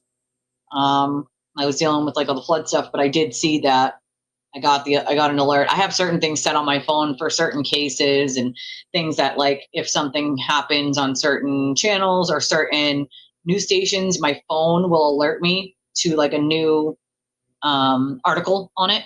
So I saw that right when it came out. You can see the first episode if you're not a Prime member, Jesse said. But that is extremely bad taste. You are right. I don't know why anyone would do that. It's really deplorable and disgusting. I have too, but I was letting them go on and on until, you know what I mean? I was waiting for the one troll comment before I bounced. Hey Ash, what are you doing? It's Sunday. You're usually out and about on the weekends. Well, busy on the weekends. But I do think that you could say that again, Joy. You can say that again. Delusional isn't even the word, in my opinion. Like, this is bananas. BANANAS. This shit is bananas. I don't get it. There was plenty of evidence, and there was the broad gag order, right? So there's a ton of stuff that never was publicly said on that case. He pled guilty, okay? Pled guilty, killed 4 people, you know? Oh, hey, girl, hey, missed you. But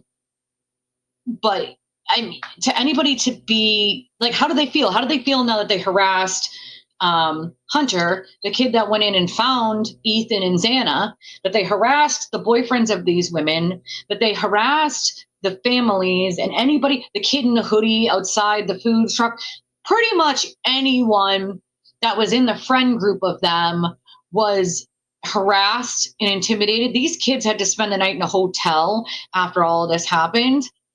A lot of the kids who lived on King Road, and there was a lot of off-campus, housing on King Road, and so they were all put in hotels that night. And one couple, the couple of the kid that found them, the one for Idaho 4, it's out on Prime. It's in episodes, and it's really sad. Just get ready to get your, it's a tearjerker, okay? But they put them up in hotels. And Hunter and his girlfriend were in the hotel. They didn't sleep that entire night. Every footstep they heard outside of that room, they thought, could they be coming for us? Because at that point, they didn't know who it was. Could it have been someone stalking them the entire time and they didn't know, which means they still wouldn't know if they were being stalked at that moment. And it's not like they sent the police there to watch over them, right? They just put them up in these hotel rooms. So to these kids, it was extremely scary. They could not sleep because all they could think about was maybe they're being stalked and maybe they're next, right? Maybe they're next. Yeah, he wasn't caught yet. So they didn't have any idea who it could have been. So imagine not having that feeling, right? I mean, they report back anyway. There's a lot of them that are just straight out blocked. So they watch on X because they're already blocked here. They either make fake accounts and get bounced right back out, or they just watch on X and then do, I don't know what they reporting back to. It's kind of stupid. Like, what are you reporting exactly? But no, he hadn't been caught yet. And so it was really sad to hear them talk about how they couldn't sleep that entire night, and how they felt like they could have been stalked that entire time and not known. They didn't and not know. It was really, really sad. And so that entire time that they didn't have Kohlberger, these kids just didn't know what to do. They didn't have any idea what to do. Now you have to live not knowing whether someone is stalking your every movement and if they're going to come back for you. That's a scary feeling. That is a scary feeling. That at any point, someone who just killed 4 of your friends could come and finish you off. And to hear them talk about it was really like tear jerking. It was very sad. It like pulls at your heart because you can imagine yourself in that same scenario, just imagining how you would feel if it was you. And that sucks. Hold on 1 second, guys.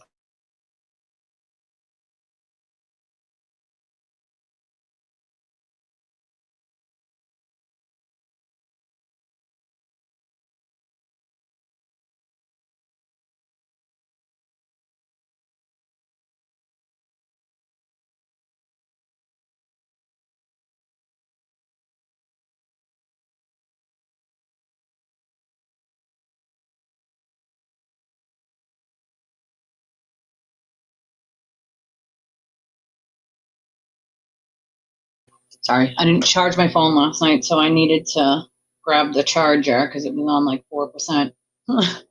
So my bad. But yeah, I mean, he is a monster, that's for sure. I think, my opinion on it is I do think that he was attempting to pull off some sort of I'm not going to get caught type murder. He studied criminology. There's something in that makes me think he wanted to study himself and his own feelings. Isn't it? She looks like her mom's twin. And they were close. She was an only child, which is really sad. Her parents had one child. And again, Maddie's family and Kaylee's family are extremely close. They were like sisters. Literally, they were like sisters. And, knowing how close they were, it brings me back to when I was a kid. I had friends that got in a car accident that died, and they were best friends. There was other people in the car that died too, but the 2 girls that I went to school with that I knew, they were best friends, like best friends. And they both died in that car in that accident that night. We were only 15 at the time, so very young. One was 15, one was 14. And it made me think of them, Maddie and Kaylee, because they were so close, right? And they were together. But as far as what I understand, Kaylee fought for her life. And that's horrible to have to think about what anybody would feel like in that moment, fighting for your life. And also horrible to think about the surviving roommates. And, the roommates sort of explained, like, they had called us over before for things like this, and it would be like a pan fell in the middle of the night and scared them, And so we figured, like, hey, we'll just grab the guys. It'll be something silly and whatever. And they knew, she said they knew when they got to the house and they opened the door that something just didn't feel right. And nothing looked different, right? Because when you open the door, the staircase is right there to go up the stairs. But nothing looked off. Nothing looked different. And so that's, Yeah, I know that Xana also fought Hey as well. As Xana was awake, she was watching TikTok. And so they think it happened somewhere between 4 and 4:25 or something like that, 4:27, something along those lines. So it was a very short period of time that they thought it would have happened in. It's just very, very sad. It does stick with you forever. I also had a friend whose little brother got lost during a camping trip. This kid I went to school with, and his little brother got lost during a camping trip and died. It was so sad. And I was just a kid at the time. I did not do it yet. You can see my gray still, but I appreciate you for sending me my hair dye. I didn't do it yet. I haven't had a chance. I probably have a chance to do it tonight, which is what I'm going to probably do. Sop my whole head in it. because I have stubborn grays. But I think I also need to get, I got to get Vaseline, because as you guys know, if you're doing your own hair, you kind of want to put some Vaseline around here so you don't get dye on your face. I know I haven't had a chance to do it yet, but I am going to do it tonight because I need to get rid of these for realsies. Yeah, that's the thing, is like she felt safe. She was at home, right? And hearing one of the roommates say something like, I don't think anybody ever locked a door in Moscow. I mean, my hair's pretty dark. Soft black is fine though. Any black is fine. My hair's already black. So really I just, I just cover the gray. So any kind of black will work fine. So the kind you got is perfect. It'll work wonderfully. Anything to get rid of these stubborn grays, that's for show. What I really need to do is get a facial. My face is so dry from psoriasis, and my skin is so dry in general from psoriasis that I need like a whole facial. Maybe like a microdermabrasion or something. So when you visit, like we need to go have like a spa day, like a girls' day when you visit. That's what we're going to have to do. She did send me a surprise. It wasn't even just like one box. She sent 6 boxes and I was like, yes, this will last me a while.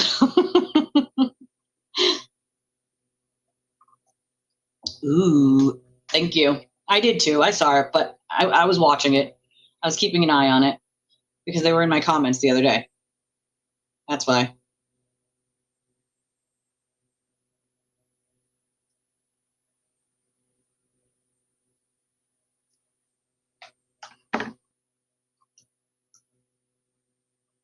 Girl, where?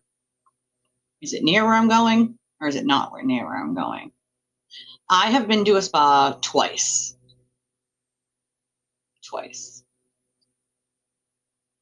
We're going to have to like do it one day, Yeah, ask. Maybe if it's near. Listen, I can't honestly just wait until just to hop into the river. Like that's all I want to do is go on my vacation and just get in that river and sit on my float and just pew down that river and just have a good old blast. Like I just really, and I think everybody does at some point. Everyone needs that sort of mental and emotional reset, right? Everyone does at some point. And I think a couple days emotional mental reset is in order for probably everyone after that trial at some point. But just a break from life, a break from a kid yelling mom every 5 minutes, a break from taking care of everybody else, just a break, just a little break. And I think we all deserve one of those breaks once in a while. And so once in a while, girl, listen, the river is great and it's fun. If you have never done it, it's something you definitely have to do. You would love it. I'm telling you. Even people who wouldn't normally like something like that, absolutely love it when they go. It's so fun. It also depends on if you're like camping on the side of the river or you got a place like an Airbnb like we did. It depends like which one you're doing. Ooh, Kit Kat. I actually didn't see any snakes. Any of the times I've been, I have not seen any snakes.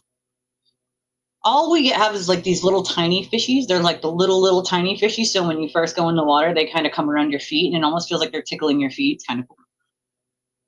That's exactly what it's like. It's like a lazy river, kind of. It's just an actual river and you just float down the river.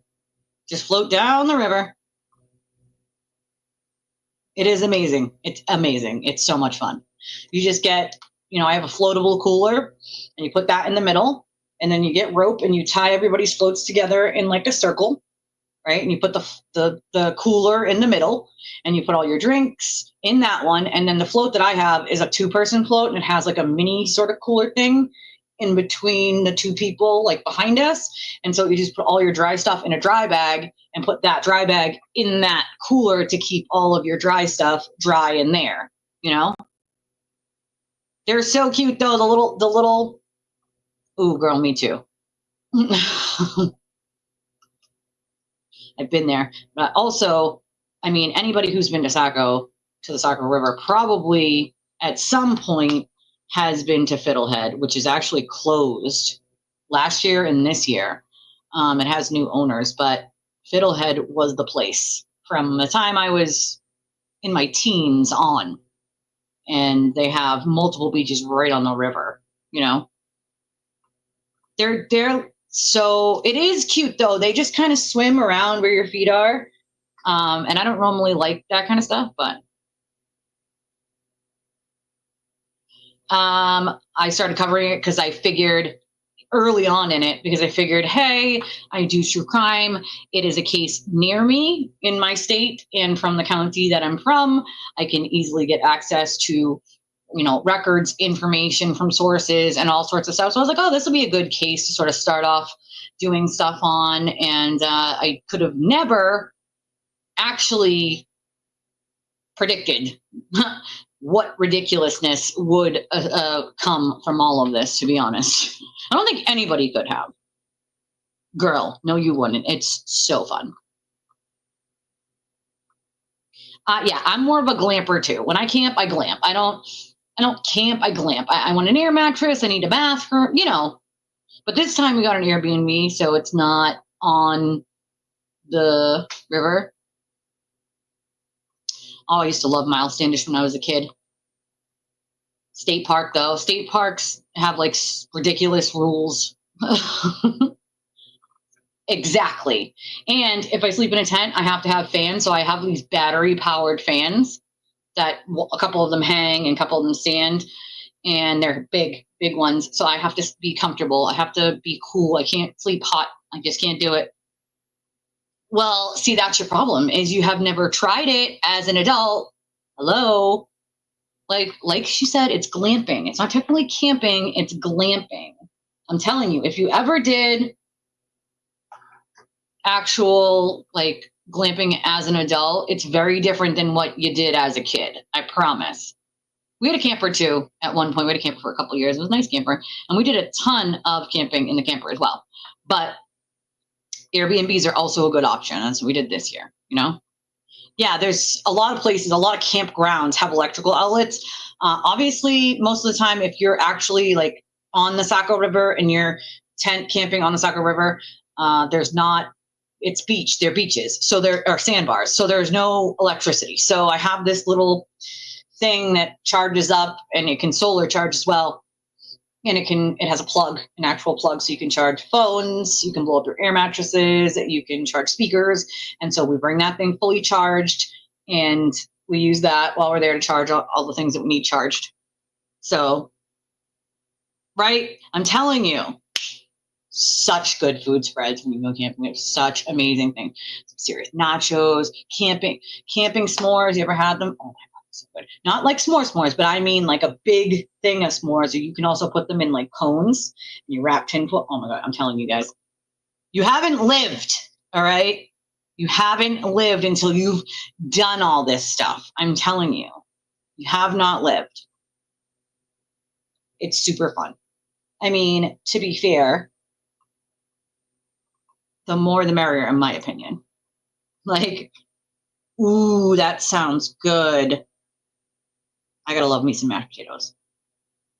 I gotta love me some mashed taters. Mashed taters. I had mashed taters last night. It does, actually. Funny enough, 2 years ago when we went, I actually have pictures and video of this. There's like a sign. So we wanted like the last like space on the beach before like you would, you know, before the beach kind of ended. And there's a sign that says like, don't camp here down because floods, water. And so we didn't go past the sign. We went on the other side of the sign and we went to the last site. So we wake up in the morning, probably I woke up first for like 7 in the morning, and there was like a ton of beach when I went to sleep. All right. A ton of beach. And I had, you know, my shower tent. It's got 2 rooms. One's for the solar shower, one's for the bathroom. So that tent was pushed back up against the trees, and then my tent. And then I had a friend's tent, another friend's tent. And then I had the regular canopy where we set up like how to like the grill and how to cook and all that on the tables. And then like sort of past that down a little bit more, I had a screen house. tent because the mosquitoes on the river are really bad. And if the campground or beach area you're staying on doesn't use like a fog, like a spray for them, they're even worse. So that year their fogger had broken. So they were really, really, really bad. And so I brought my screen house to set up. And so we had them set up, but the screen house was the closest to the river, and you're allowed to take up as much space on the beach as you want. So there's no like limit to only like this amount of space, because it depends on how many people you have anyway. But there's no like limit to how much space you can have. So we set everything up. I wake up in the morning and half of my screen tent is in the water. And the people who decided to go on the other side of the sign that says don't go from here down, and they did, just a small rain overnight made that water come up 10 feet or more, maybe 15 feet.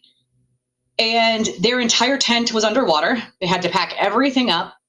And if I hadn't gotten up at 6 a.m. and moved the screen tent, I would have lost that. Everything else was fine. But the water kept coming up even as it had stopped raining. So it got very, very, very close to the rest of our stuff before it started to recede. And then when it receded, you could see how far it had come up. And it was a lot of space. You would have never thought the river could come up that far for just a little bit of rain. And it did. So, you learn your lessons that way. But my tent was all the way up against, there was like a tree line, and then the beach starts. Mine was all the way up against that. And that, I would guess it was maybe 20-ish feet from us when it stopped. It was getting close, that's for sure. And we were on the part that you're allowed to be on and that the floodwater shouldn't reach if the river comes up. So yes, exactly. That's what's so fun about it. It's relaxing, and you just eat, you have some drinks, and you can relax. It's amazing. It's amazing. Well, that's why you get, I can't sleep. If I cannot do like a 10 and then, you get into sleeping. I can't do that. I can't. Nope. My body will not allow for that. So that's where the air mattress comes in, and you're nice and comfortable. Listen, you can get running lights, and actually you could bring an AC if you have the smaller ones that actually fit through some of the tents. Some tents have like these little openings where you can actually, I kid you not, you can actually bring that stuff with you. Most places do have electrical hookups where you bring extension cords and you can hook up all your stuff electric. Sometimes we've brought in TVs camping before, as long as we have a site with electrical hookups. I kid you not. Ooh, they have one of those dude ranches in New York that I want to go to. Yes, exactly. The hiking and river and the food, so good. I'm telling you, this is a different kind of experience of what you ever had when you were a kid, especially when you're an adult and you have the options to do things that you want to do and not what your parents were doing. You can make it way more comfortable for yourself and actually love it. If you like sitting outside at all in front of a fire pit, camping as an adult, glamping as an adult is something you would love, I'm telling you. Ooh, yeah, we make plantains a lot at my house. I love plantains. I'm telling you. People don't listen when I tell them this. It's so funny. Okay, I have not had that. I probably wouldn't try that. I probably would not try that. Listen, I'm telling you, you would love it. Listen, no, I bring it for nighttime. I don't watch it during the day. I only bring it for nighttime. I like the noise when I'm sleeping.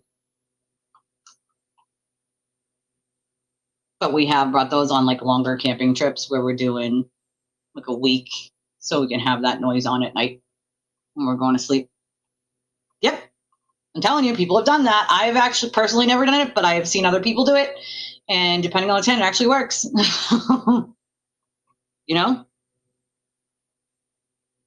Yeah, no. That probably would not be my kind of camping. I probably could not do that. Oh yeah, the glamping, the better kind of camping. That's the kind that I absolutely love.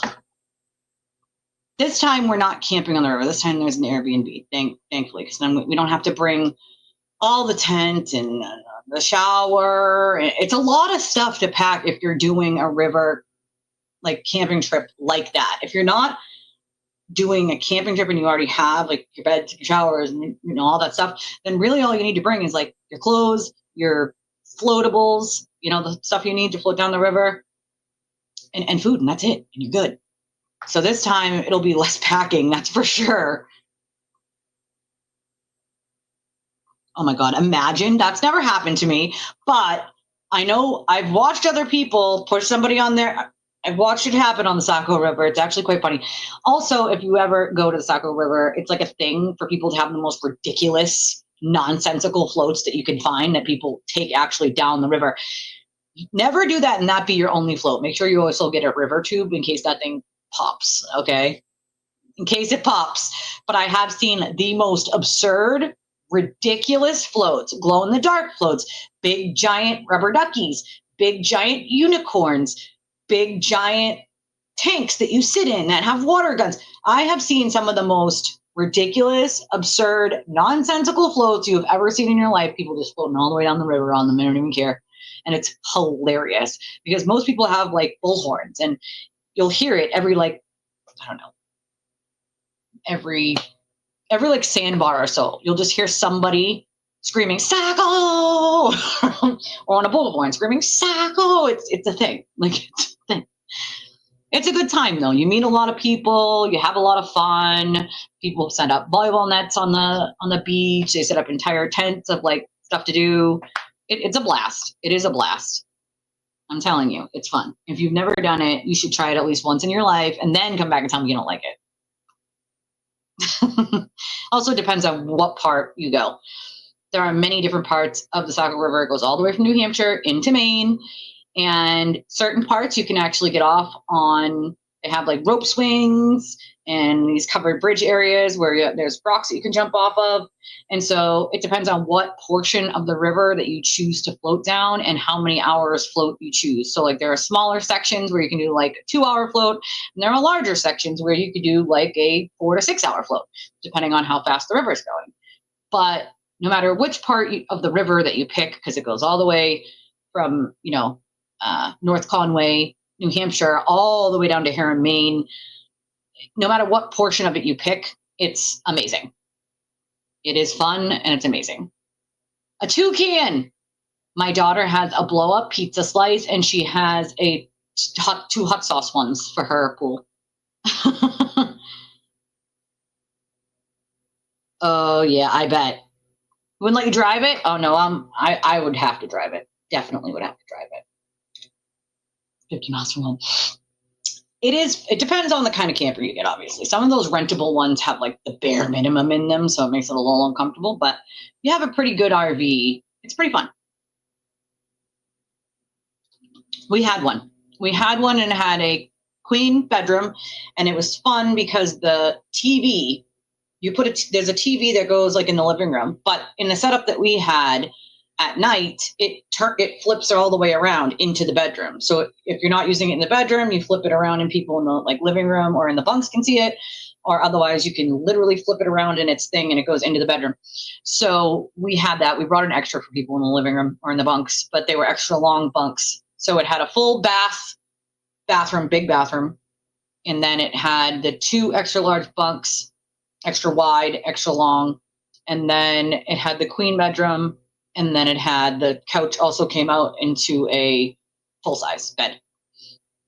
But you had oven, refrigerator, shower. We even had a bath in that one. So, it depends on which one you have. A tree actually came down and hit it.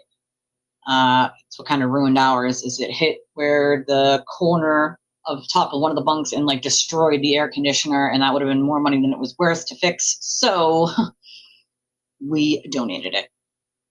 So they could fix it and someone could use it. Oh, I love driving. I don't mind driving long distances at all. I'm not good at it. The toucan. Yeah, my daughter has the Tabasco sauce and the pizza slices for her little pool, and they love it. But they do have some ridiculous floats, glow in the dark, flashing lights, all sorts of stuff, you know? I know. It's always nice. That's why Sunday is so nice with you guys, because Sundays we can just chill. There's not any one topic on Sundays. It's kind of just like a check-in. Like, hey, how's everyone doing? What do you guys want to talk about? That's why Sunday is so lax and cool. And I love my Sundays with you guys. I wouldn't give them up for anything, that's for sure. You know? That's so funny. Yeah, he's used to being in the office, right? And doing the corporate lawyer stuff. He's probably like, F this. He's ready for a hotel room is what he's ready for. Ooh. I love Sunday shows too. What's everybody making for lunch or dinner tonight? Anybody making anything? Yeah, I'm going to make a cheeseburger ring. Has anybody ever made a cheeseburger ring? You can also make it via taco ring. That's what I'm going to make tonight. It's going to be delicious. Cannot wait. You can add bacon like I do and make it a bacon cheeseburger ring. It's very, very good. It's delicious. I love you. I will talk to you later. I'll talk to you later. And thank you for my hair dye. I love your stinking face. I do. I love Sunday shows. Absolutely love them. They're one of my favorite shows with you guys. Ooh, chicken cutlets. That sounds good. That sounds good. We had steak last night. My husband actually cooked steak last night, and he slow cooked it. So it was so good. Steak, mashed potatoes. Yes, I use the crescent rolls. Yes, girl. Yes, you unroll them and you pull them apart and you make a ring with them overlapping on the inside. You make the hamburger, right? You add like a half a cup of ranch. You make it all together. You can put onions, peppers like I do. And then you put it in the ring on the dough. Right, and you add cheese and bacon. I only do cheese on half of it because I have half my family lactose intolerant. So I am going to do a quick check-in when I'm live, probably when I'm on the river itself, to be honest with you, just so you guys can see like how beautiful it is. So I have to get one of those covers for your phone. They have these like pouches that your phone goes in. I put it on my wish list to like get it before Prime Day was over. It was like 3 days for Prime Day. And I forgot, and I didn't get it, and now the price went up, and I'm like, F, I might have to find a different one. But I really liked this one. It was pink, and it had like a little bow on it, and it was so cute, and I was like, oh, this will be perfect. But the price went up by like 50%, and I was like, might have to find a cheaper one. But I put like 9 things on there that I need so that I won't forget to get them before I go. I know, I'm gonna, because I am planning on doing one when I'm on the river, just to show you guys like how beautiful it is and what it looks like to just have a mental and emotional time out, you know? Listen, that's why I use my grill. I'm just like, everything is going on the grill. Everything is going on the grill because you're right. It makes the house hot, even with the ACs going. Nope. We're going to put this on the grill. As long as it's nice out, I will put everything on the grill. You know, everything. But I am planning on doing that. Oh my God, that's so funny. I know how to do that, actually. And we had to figure it out probably the same way you guys did. Directions and asking someone who was next to us for the first time that we did it, you know, because you have to like dig down and you have to hook up the hoses and, you know, black water, regular water. It's a whole thing, all right? It's a whole thing for the water in the sewer. Then you got to pump before you leave the pump station, pump everything out. It's a whole thing. Oh, girl, listen, okay? I am extremely grateful for Tracy because she bought my grill for me, and I absolutely love my grill, and it saved my butt more times than not, okay? And so, yeah, I use it for pretty much everything when it's like super hot out at night. Just throw stuff on the grill, close it up. And I absolutely love my grill. It is my favorite. I recommend most people have it, that kind of grill. Some people like the smokers. Not a huge fan of the smokers, to be honest. I think that's kind of like a guy thing, you know. I think the guys probably like the smokers better than us women. But I absolutely love my Blackstone. And mine has like the hood. Like a lot of Blackstones don't come with the hood on it where you close it. It comes with like a metal hood with like handles on it. You have to pay extra for the actual hood connected to it. And thankfully I have one with the hood, so it places. And then I got a cover for it so that it's, it doesn't get scratched and scraped. But I absolutely love my Blackstone grill, and I do recommend. It's like a griddle. It's flat, and you can cook a lot of stuff on there. A lot. Like a lot. I don't blame you. I mean, you don't have to you don't actually have to dump it until it gets close to full, or 3/4 is usually half, or 3/4 is when we used to pump it out. But you go for the day and you don't have to pump it out. Some people only use it for like day trips like that, and then at the end of the season pump it out. As long as you have a pump station, and a lot of the state parks have those anyway, where you can go in and do it for free. Oh, I bet it's something so simple. I bet it's, me and you will figure it out. I bet it's something so simple that's wrong with yours. I bet it's not even something serious. I bet it's something super simple that we could figure out and get it working again. Yeah, see, I'm not a fan of the smoker either. I don't like the way the wood chips make the food taste. I don't know. My sister has one. I'm not a fan. I'm not a fan. Yeah, I'm not a fan. We don't have what my sister does. And, hey, used to be my thing too. But the Blackstone is an amazing grill, okay? It's amazing. I love my Blackstone. Oh, no. See, that's like a tin can. When there's no AC inside an RV, you might as well just be in the water all day, because the heat, it feels like you're just in a tin can filled with heat. Like it's not fun. I definitely would have went home. Yeah, I'd live there with the AC on, but nope. If it was AC died 2 weeks, oh no, days in on day 2, nope. I'd be like, pack it up, let's go, let's go home. We'd try this again. Same way as you, Lynn. I'd be like, ready to go home. Nope, absolutely not. Girl, why didn't you tell me? Why didn't you text me and tell me it's not working? I would have helped you figure it out what was wrong with it. I fixed it. Hello, I'm savvy like that. I'm savvy like that. We would have figured it out. Me or my husband would have figured it out for you and fixed it. I mean, we do too, but we didn't have a working one up until recently. And in the colder months, I usually just send him out to do it. Like, hey, throw this on the grill for me. Like, I won't go out there and stand at the grill, but he will. So, hey, as long as it's not freezing, I'll go out there. But once it starts getting really cold, I'm like, nope, you can do it. Here's all the stuff. Put it on. Let me know it's done. I don't have that kind of energy to stand there in the freezing cold. And since I don't smoke cigarettes anymore, I don't need to go outside. I don't need to. I mean, is that like a weird thing? People don't do that? I mean, we're in New England, so we do a lot of weird things. I see people outside in shorts in the wintertime, and I'm like, it's New England, used to the cold.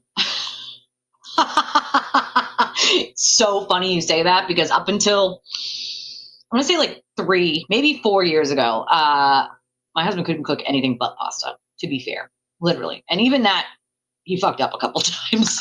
So up until like 4 years ago. And then when I started getting sick, like when I started getting my health issues at first, somebody had to, and I couldn't. And so he started figuring out little by little how to cook. And now he's a freaking great cook. So when he offers, I take advantage. Like, oh, okay, say less, you cook. Oh, hell no. In Florida too, with no shade, no trees. At least if I had some trees or something, no, I'd have been like, all right, we're going to have to rent a cabin or a hotel or something. Right? Are we not the only ones that do that? I mean, it's gas. It works. If we have no power, that's the other thing that works, I know. It's got to be, I don't know, a New England thing maybe. Maybe it's a New England thing. It probably is. We do some weird stuff here. Like, to me, it was not super strange that John O'Keefe wasn't wearing a jacket, because I don't always wear a jacket. Usually it's a hoodie, because I'm getting in a car and getting out of a car. What do I need a jacket for? If I'm only going from the car to wherever I'm going inside, then I don't really need a jacket. A good hoodie, hooded sweatshirt, I'm good to go. Don't really need a jacket. I think last year was the first time I had bought a jacket in years. I wish we were. That would be so much fun. I honestly want to take you all and put you in my pocket and bring you with me on said trip. I know we all live in different states, but if we all could, I would bring you all with me, like all of you. Like, let's go. This will be so much fun. If you guys were within like driving distance to do it, like, let's go. I wish we didn't live so far away from each other. It sucks. Yeah, we do it here too. So don't worry, you're not crazy. I'm telling you. Thank you, Jesse. I appreciate you, my friend. And it does help. It does. We are a small channel. We do rely on donations from you guys. And I appreciate what you guys do, you know, for the channel. I appreciate that you guys get your memberships and you always come and watch and we have a good time. And Sundays are just kind of like a goof off day. It's not necessarily any one subject or topic. And I love that we can just really talk about whatever and have a good time. And you guys all know you can still get in touch with me even if I'm not here. And I know I've been gone for a couple of days dealing with some stuff, but I missed your stinking faces. I did. I missed your faces. But yes, I mean, I do believe that one day when we look back on the time, you know, that we first started this channel till now, that in a couple of years from now, we'll look back and be like, look at how much we've grown, you know, look at all the things we've done and look at the very big community that I'm so proud of.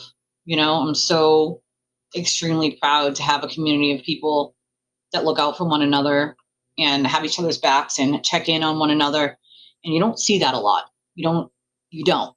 You might have a couple people, but to have this many people that care about each other and check in on one another, I think it's something special.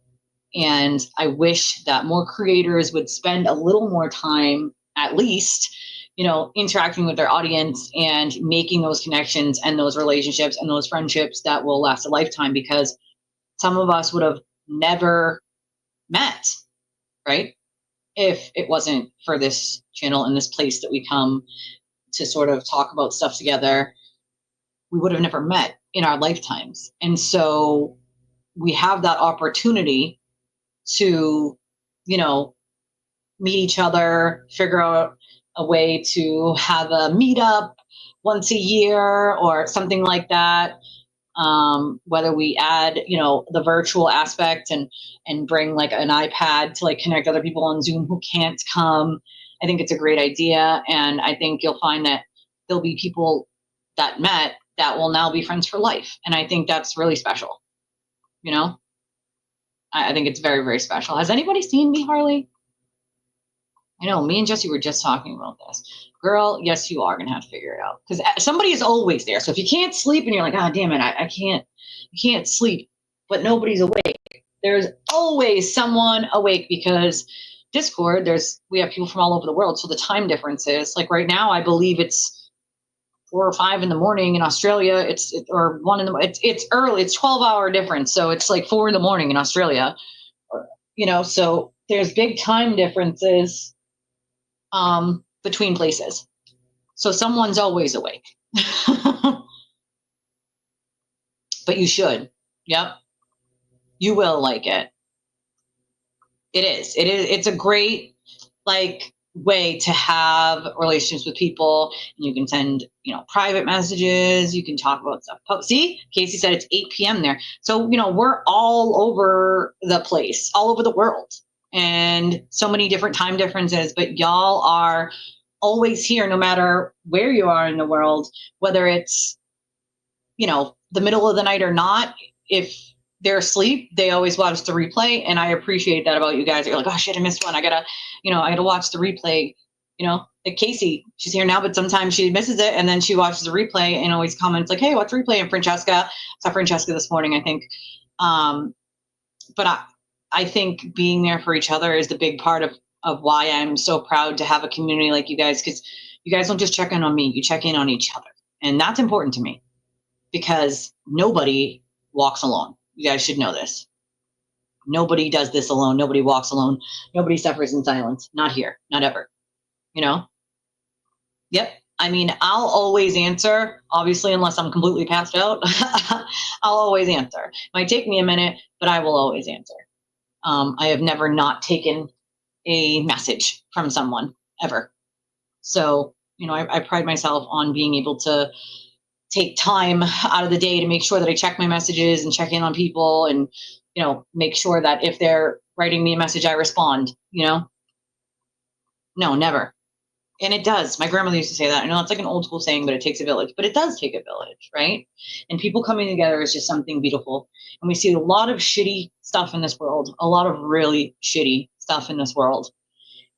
And it's nice to know that there is a place people can go and not be. You're having a tough day? Good. Someone's always going to be around to sort of talk to you about it and say, like, it's going to be okay. Like, what can we do to help? You know? I might not have money, I might not be rich, but what I do have is knowledge and compassion, and those things are important. It's fun to learn about different people's cultures and the different foods they eat and stuff like that too. It's stuff that we would never know about unless you sort of interacted with each other and learned, you know? You're a dumbass. Well, you do. You're right. Literal shitty things.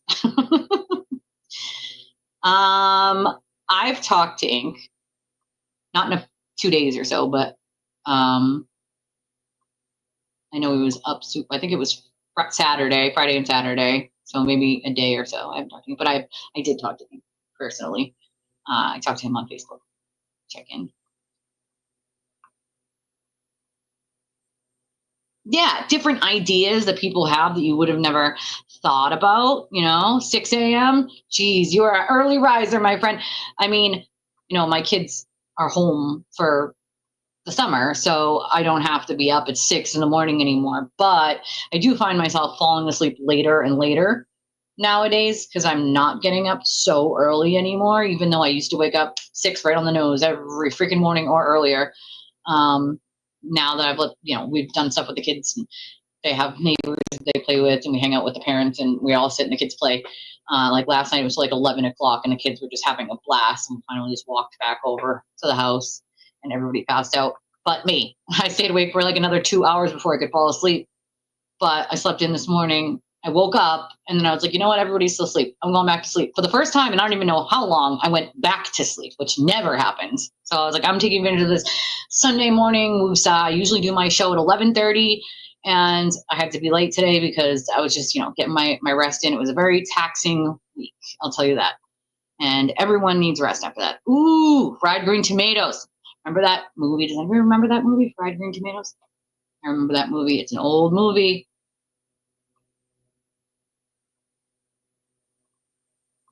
It's a very old movie, but you'll never forget the name of that one. You got to try them. You have to try them. It's like people saying they don't like plantains. Like, you have to try them. It depends on what way someone makes them, but plantains are delicious. Delicious. Right? It's a good movie. It's old, but it's a good movie. Yeah, we will delete something if it's inappropriate. Usually we don't have to, though. Thankfully, everybody's really good about making sure that nothing is, and I don't mean inappropriate like, swears and 6 sense of humor, because I have that. That's not what we mean. It's very rare that we ever have to delete anything or say anything. Everybody's really pretty good. Yeah, we all deserve to have that space. And it is technically a public space, but at the same time, we keep a very close eye on it. And there's nothing there that I wouldn't say here. So to me, it doesn't matter. We do have the option to personally DM people.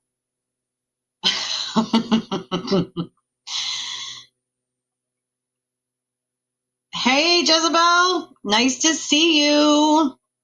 Hold on 1 second. All the buzzing on my phone. Let me see.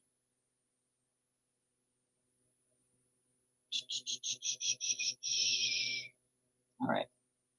Ooh. Some lodge was destroyed by a wildfire. That's really sad. Darn. That's no good. There's been a lot of floods and wildfires lately that I've seen. It's kind of crazy, to be honest. Makes me wonder why so many, so many things being destroyed.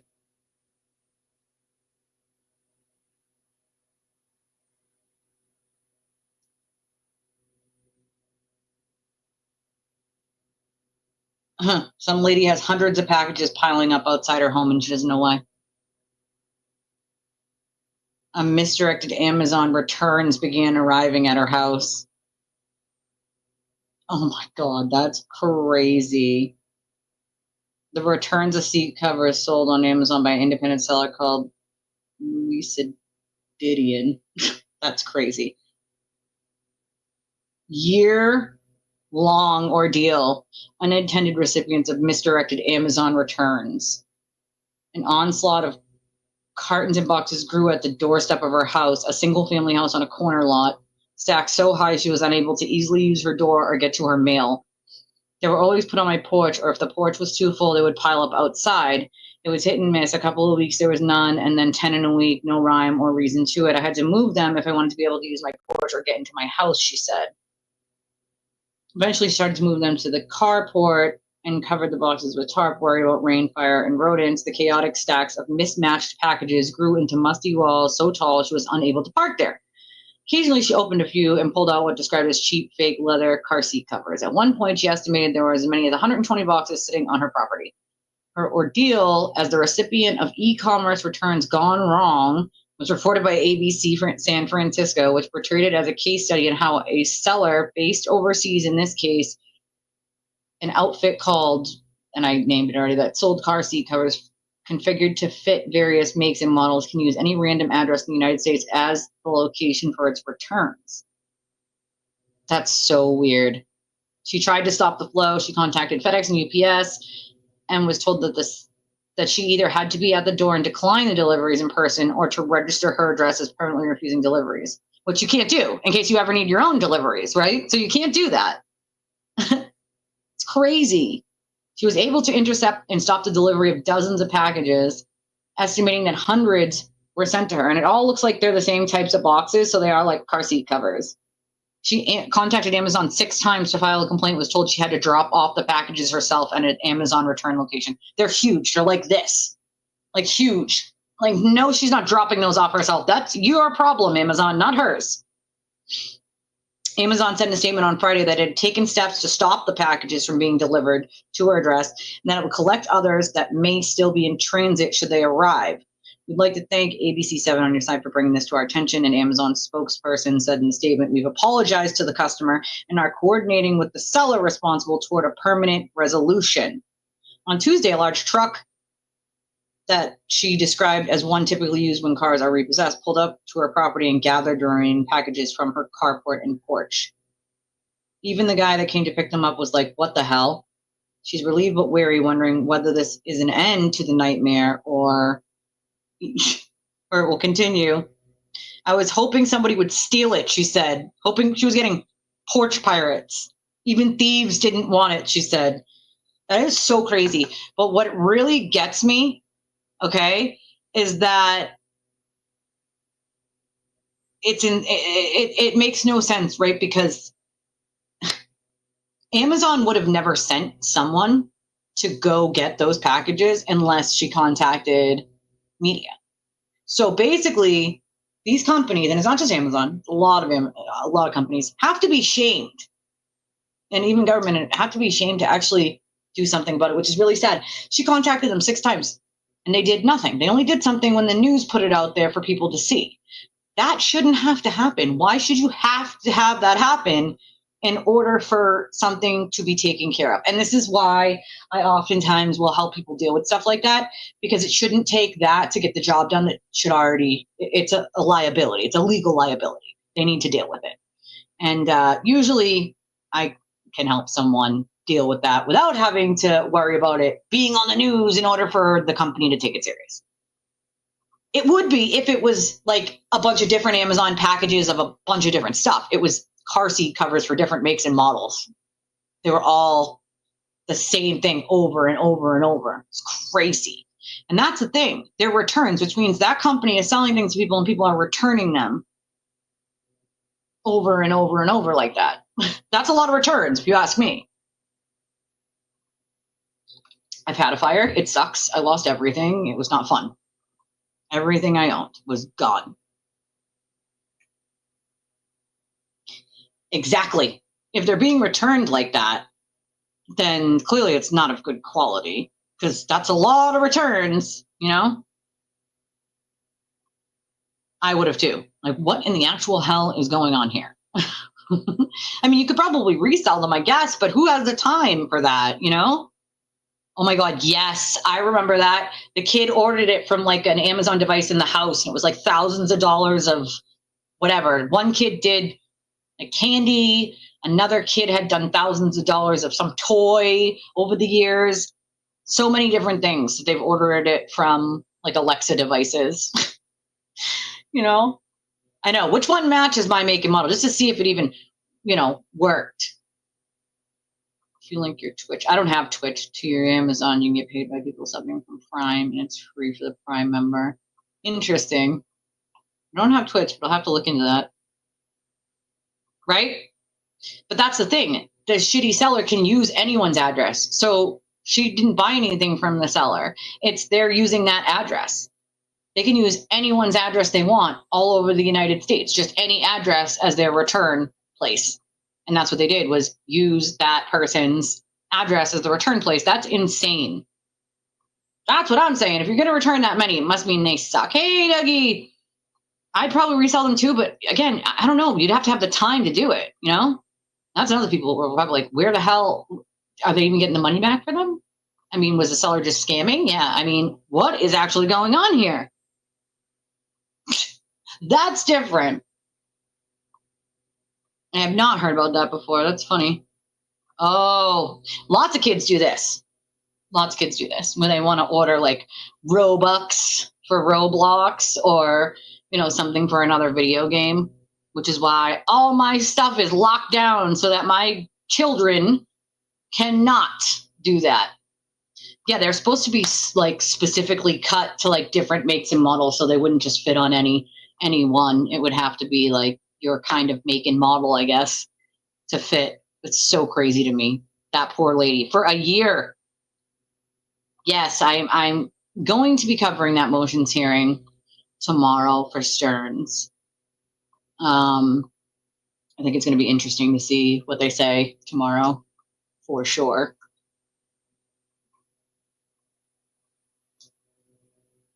Oh yes, that's tomorrow. Stephen Stearns. It's going to be a good case. If you haven't heard of it, you should do some research tonight so that you can follow along. I think you'll like it. If you follow along. It's supposed to be July, right? Originally.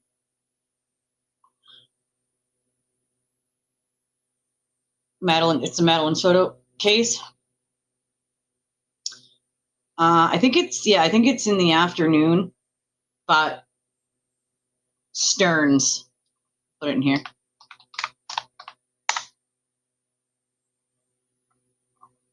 Shake Shack. Oh, we don't have Shake Shack, but I wish. I heard they have pretty good shakes. We don't have a Shake Shack here. I wish. Oh, it's morning my time? I thought it was afternoon my time. Why did I think it was afternoon my time?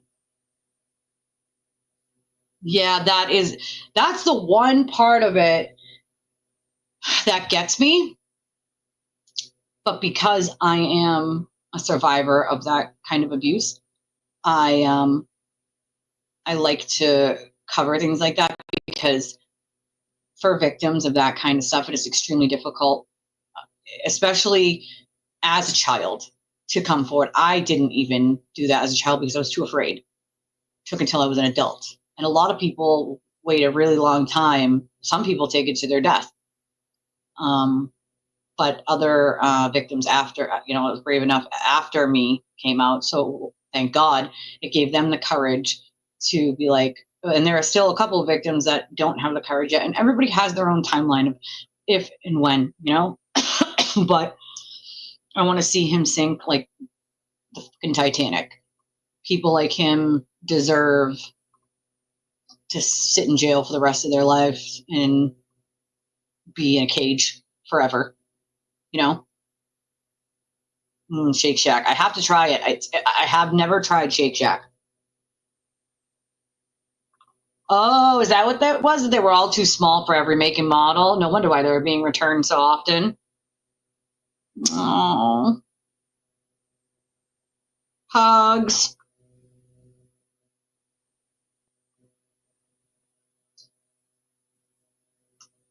$9.13 in the UK. Sometimes by 9:30 I'm passed out here, and other times I'm awake at 1:30. I just have the summer has been a little different because the kids are, home, so it's a little bit different. But yeah, I mean, he deserves to sink. Let me see if I can show you guys this piece of shit. This is him here. Piece of human garbage. Waste of oxygen, as I say. This is him. So this was back in September of last year when they released the hours of police interviews. It says 3 hours of police interviews released in the media last week paint a picture of Steven Stearns, the man police have charged with sexually abusing and murdering Kissimmee 13-year-old Madeline Soto in the final week of February.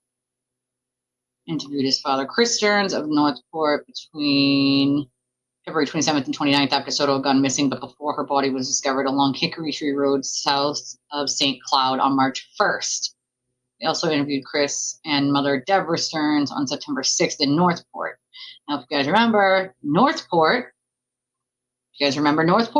and what case was in Northport? You should. The Gabby Petito case is where the Laundries lived in Northport, and where he disappeared into the wilderness and they let him go. I have to figure out a better schedule now. I used to have a schedule when my kids were in school every day. And now because they're home, it's a little bit different.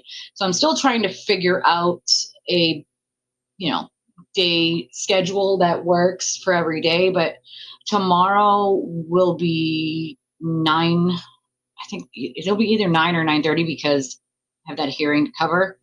So if I can figure out exactly what time that starts, if it's morning my time, it should be 9, because sometimes they start right at 9 if it's early. So if it's 9, if the hearing starts at 9, we'll do 8:30. If the hearing doesn't start until 9:30, we'll do 9. You guys will know before tomorrow, but I'm still trying to work out a better, a better schedule now that the kids are out of school, because it's a little different now that the kids are home, Oh, very whiny, very whiny, very whiny. Ooh, ice cream. I wanted yeah, that's the Stearns case.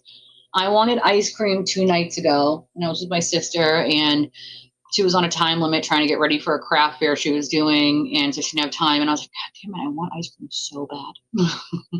I wanted ice cream so bad. I like me some mint Oreo, slice up some bananas and have them put fresh bananas in there with mint Oreo ice cream, some hot fudge and sprinkles, whipped cream and a cherry. Good to go. Delicious. Fresh bananas and ice cream is amazing. Just in case you were wondering. If you've never had it, I'm telling you, next time you go to a place, ask them to cut up like pieces of bananas and put fresh bananas in your ice cream. Not like a banana split, because like that's a whole different thing, but in your regular sundae. It's so good. Okay, it's at 9 a.m. All right. Well, then we'll have to do 8:30 because it'll be here before it starts. So that is the Stearns case, yes. So that means we have to do 8:30 because we have to be here before it starts and have a few minutes. He was erratic and unpredictable due to the medications he's been on, his father said. Well, that's just an excuse. The parent said he was diagnosed with a TBI, which is a traumatic brain injury, from a car crash during his youth. and was on an IEP while in school. An IEP does not, I can't. Love ice cream. Love it. Love ice cream. I have bomb pops right now. You guys know what bomb pops are? Yeah, it's Eastern time because it's Florida. You know what bomb pops are? They're the red, white, and blue rocket-looking pops you used to get out the ice cream truck when you were kids. I have bomb pops. I love those. They're so good. Ooh, M&Ms. I like Oreo, but again, if I get mint Oreo, or some places call it like grasshopper pie, but mint Oreo is my favorite. It's my favorite. Yeah, there's no reason to be it. You know, there's no excuse. Thank you, Casey. Fladida. Fladida. Love bomb pops. Right? Oh, hate when they do that. Or they leave it in the freezer with like this much left in it. And you're like, why didn't you just eat this or throw it away? Why do you leave the empties where I have to throw it out? You could have already thrown it away. Hello. I have not had that, but that sounds good. See, I don't like the ones that have like frozen bananas. I want like fresh, cut right there bananas. He probably did because he's a piece of shit. Piece of human garbage. Ooh, cookies and cream's a good one. But I have to have hot fudge. You have to have hot fudge on it. Not doing it right. You don't have hot fudge, whipped cream, a cherry, and what we call jimmies, which are, you know, the sprinkles. Now you can either have rainbow jimmies or regular jimmies.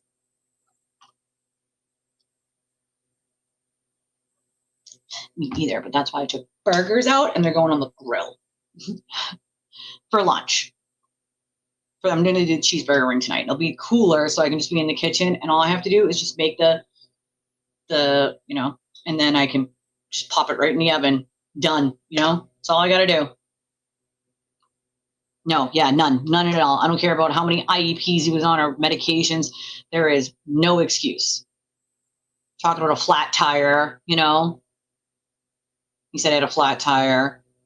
Stephen was vague about where the flat happened. Then at 4:54 p.m., called to say he was en route to Madeline's grandmother's house. He had said there had been a current. I thought that was a strange word to use. A flat tire and this, 2 events in one day. That's weird. Stephen talked about how he said he dropped Madeline off for school in Hunter Creek Middle at a church down the road and on the opposite side of State Road 417 because Maddie didn't want to be seen dropped off in front of the school because he didn't drive a cool enough car. Then talked about how he held himself responsible for Madeline's disappearance. The same interview he gave on Tuesday to TV media on the 27th, Chris said, almost like he was rehearsing it with me. Chris and Jennifer texted him on February 28th, the day Stephen was arrested, to ask him to get Stephen a lawyer, and described the sexual images found on his phone in Google Drive. By the 28th, he had been charged with 60 counts stemming from creating and keeping child sexual assault materials. When asked by the detective if the couple thought Stearns was capable of doing this, Deborah replied, if you asked me Sunday, the day before Madeline went missing, I'd say never in a million years. He loved that child as a stepdaughter. He was not allowed to discipline her. Jennifer did that, but he served as a peacekeeper. It's just sad. They were in Northport. I can't. It's really just sad because the poor mom, you know, you have to feel like that mom probably blames herself for not seeing the signs, you know? Oh, it takes like 20 minutes. As long as you just make the meat like beforehand, you just do that real quick on, you know, it takes like not even 10 minutes.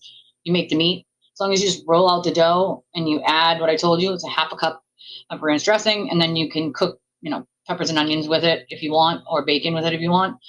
And you put it on the dough after you've rolled it out. All you do is roll it back over each one, and you brush it with a little bit of butter and water, and then put some sesame seeds on top, pop it in the oven, 15, 20 minutes, and it is done. Air fryer is good. Yeah, 2 test kits and 1 was missing. Oh yeah, that's all he's going to do is lie, you know?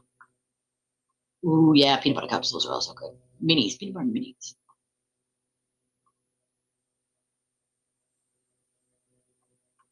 Right? Empty is empty. Throw it away.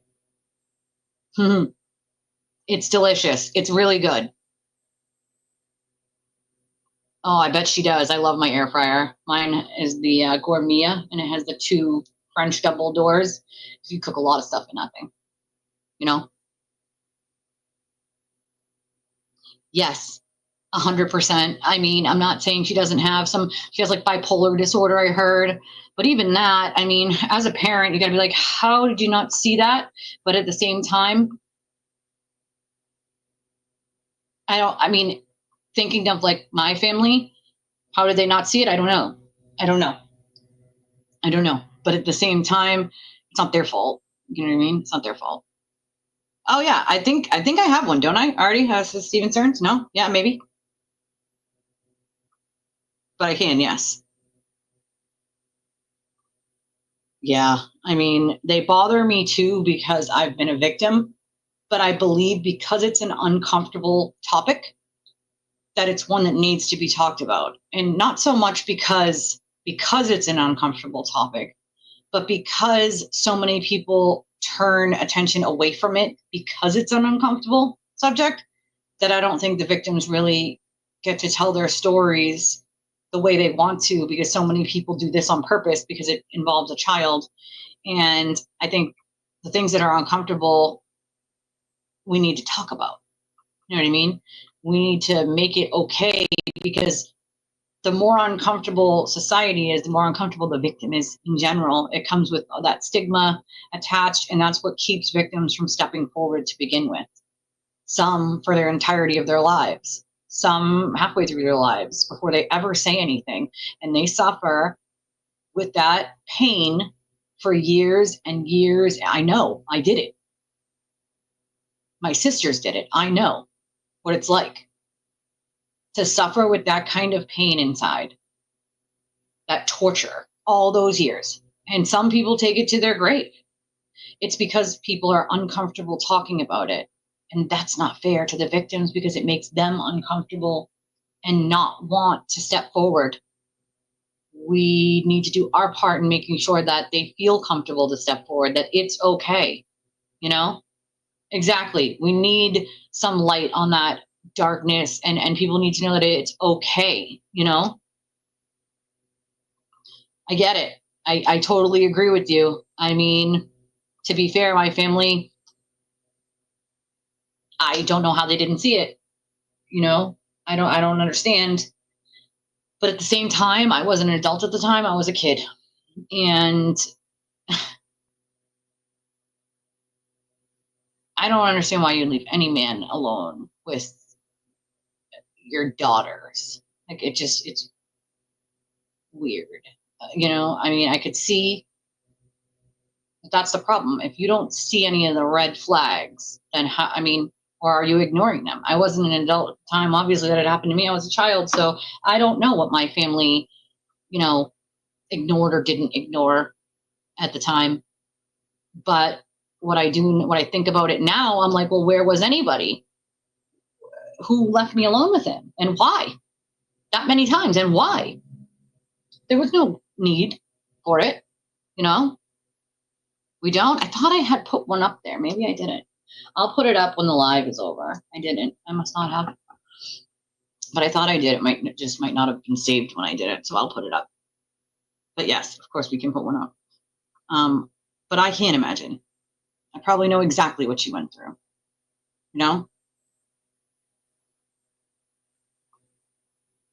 It's just, I feel like those things that are uncomfortable to talk about are the ones that people shy away from because they're controversial.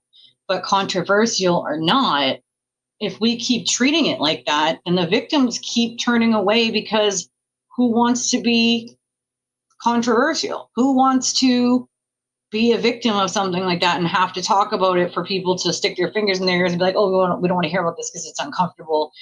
That makes the victim feel shameful for something that they had no part in and had no control over, especially being a child, you know? Well, that's the other problem. We can't normalize that every man around a girl is not right either, you know? Like, that's, you know, we can't think that way either. I had a stepdad, and my dad adopted me when I was only 5, and he was the most amazing dad on earth. And I couldn't have asked for a better dad. You couldn't have spent $1 billion on a better dad than what I got.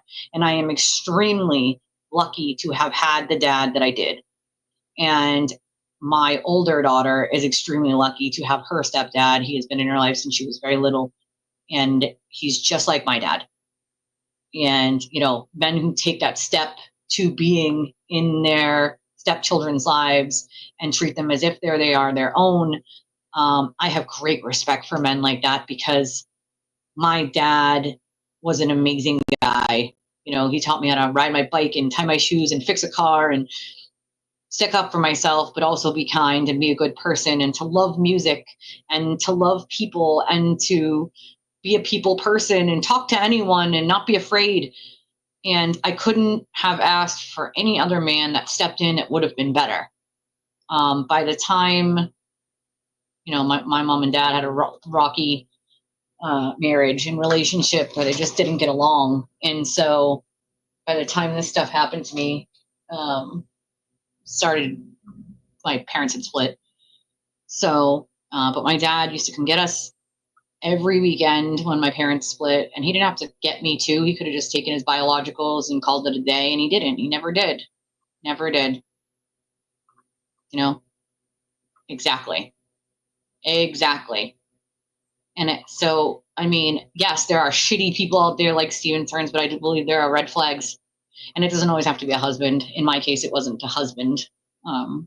But it's awful. It's awful, you know? Oh, it's awful.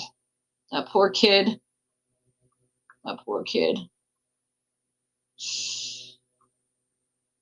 That's just terrible, you know?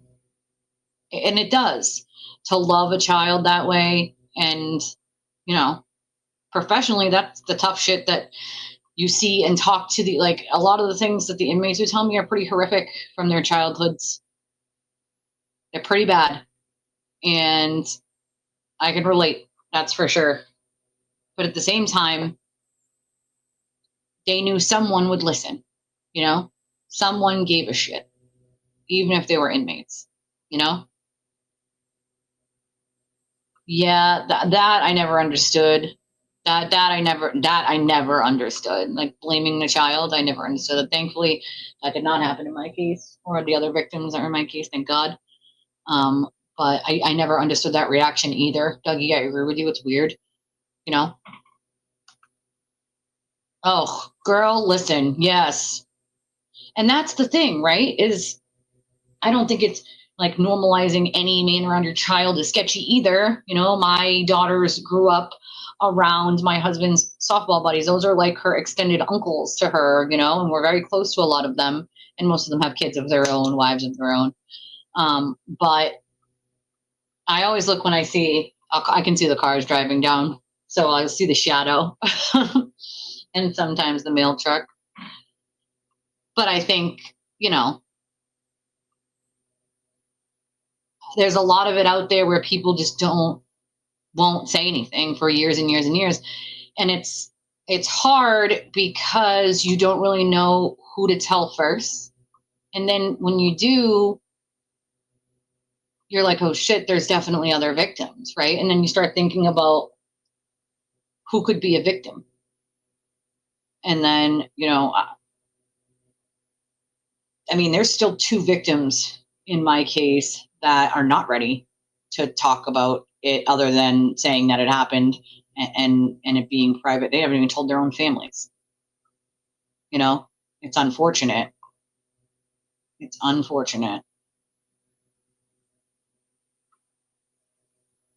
I mean, I get it, you know, I get it. It's one of those things where you let people know that, hey, if you need someone, I'm there. You know, if you need someone to talk to, scream at, cry, punch things, or even laugh, I'm there. You know, that's the best you can do, is let people know that you're there and that you're non-judgmental. Because a lot of the times people are so worried about being judged by someone else for something that they went through that they're not willing to talk about it. And I think we need to stop that. We need to normalize these things that have happened to people and normalize them being allowed to talk about it without being criticized or questioned. They're victims, survivors. their story could help somebody else take that bravery and say, if they can do it, I can do it. You can pull people. A lot of people who are in addiction had a lot of these things happen to them. And if they felt comfortable enough to tell someone and deal with that and deal with the mental health aspect that comes with that kind of trauma, then they would stop using. And so as I always leave it open as an option of, do you need someone to talk to? I'm always here. And I'm not going to judge you for anything. Who am I, or anyone for that matter, to judge? We've all been through shit. We've all probably done something you're not proud of. It's about how you pick yourself back up and you change and you grow, right? That's what you do. And hopefully along the way, you learn that you can help someone else the best that you know how. That's all we can do. You'll be a better person today than you were yesterday. Or at least you try. We're not all perfect. We're human. We're imperfect. We're beautiful disasters. That's what makes us human, you know? Oh, I'm definitely a hawk when it comes to my kids, but so is Dad. So I'm thankful. No, my neighbors usually, but I always see the shadow. So, and also my daughter's out with her friend and the mom. So, yeah, exactly. I'll turn into a mama bear real quick. Exactly. You gotta, I always, especially around water, I'm a hawk with my kids anyway, because I don't trust my kids in water with anybody but me, Oh yeah, that does happen. You are right, Holly. People are just like, I didn't see anything, which is, just as bad in my opinion, but interesting. That's strange. Oh, thank you, Lynn. I will right now. I did hear my phone go off too. I was just kind of waiting. Hold on. Let's see. Come on, phone. Oh, there it is. Confirm. There you go. But yes, women being the perp, that's a very real thing too. That's another thing we need to normalize, is that men are also victims. One case involving me, mostly women, but one of the victims is a man. Is also a man. So this happens to men too. They are also victims. Women can be perpetrators, very much so, just as much as men can be. It's just more women come forward than men. And even in that aspect, the shame that men feel is the same shame that women feel as if they've done anything wrong, and they haven't, and they haven't. Thank you, Lynn, so much for your $20 donation. I appreciate it. And it says, for being you. I appreciate you. Thank you, my friend. I appreciate anybody that donates. We appreciate you. We're just the little channel trying to work our way up here. Thank you.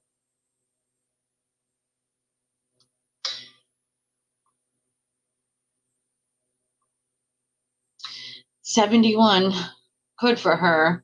But that's the thing, right? It's schools. I've seen that. It's very hard. That's another thing. Parents have a hard time with public schools because of stuff like that. We're like, I don't know. Women can also be a-holes. Thank you, Holly. I saw it. Absolutely, 100%. I don't care if I'm 85. Those are my babies. Those are my babies. I don't care if I'm 85 years old,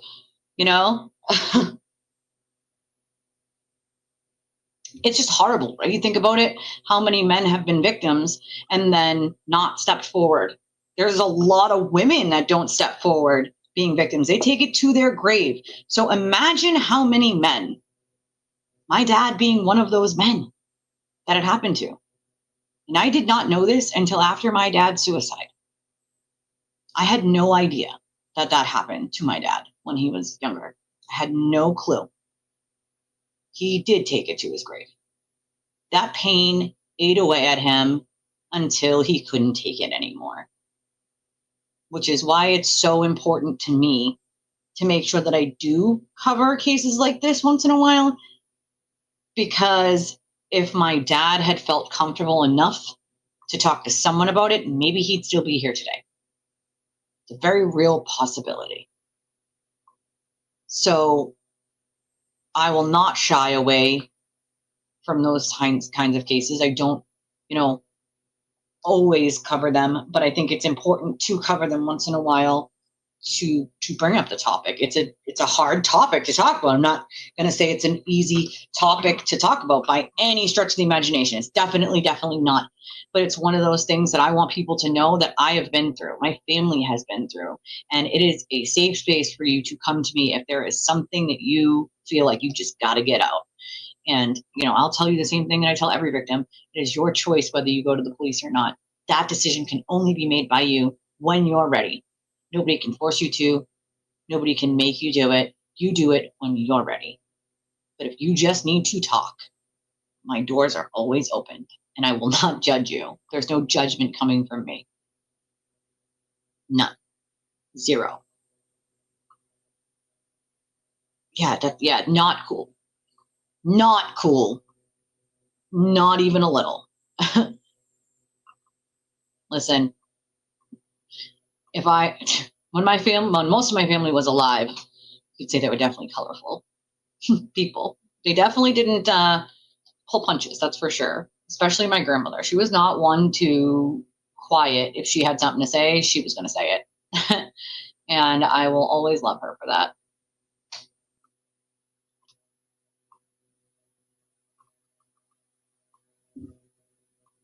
That's awful. And that should never happen, especially in front of anyone. That's just terrible. That's terrible, Holly. I'm so sorry. Nobody should have to go through anything like that. But at least if you do, know that you're not alone. You're not alone. You'll never be alone. You don't have to walk that road alone. There are a lot of us here that have walked that road and continue to walk that road and will forever walk that road. And we will do it with you, hand in hand. Some days are better than others. Some days you just want to break down and cry and curl up in a ball. And some days you're totally fine. And that's normal. There's nothing wrong with that. There's nothing wrong with that. There's nothing wrong with feeling your feelings. Nothing. Just know that. And if anybody makes you feel like that, you tell them to go to hell. Because until they've walked a mile in your shoes, they will never understand the pain that you feel on a daily basis. Too many that don't come forward. Took me closer to 18 or so years to come forward. A long time, let's put it that way. Too many years. Too many. And same for the other victims in my case. One before me, I think, that I knew nothing about, and then after. Oh, yeah, absolutely. Exactly. We don't just say it. We actually do.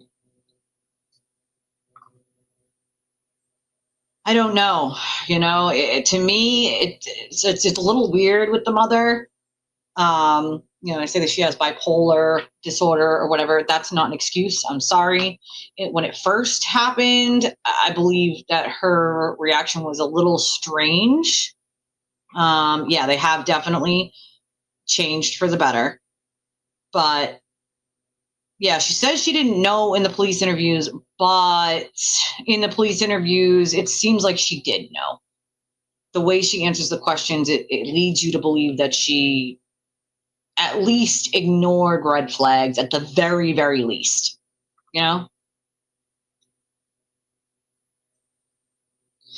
Yeah, well, there wasn't, right? There was, back when we were kids, there wasn't cameras, the internet, ways to catch someone.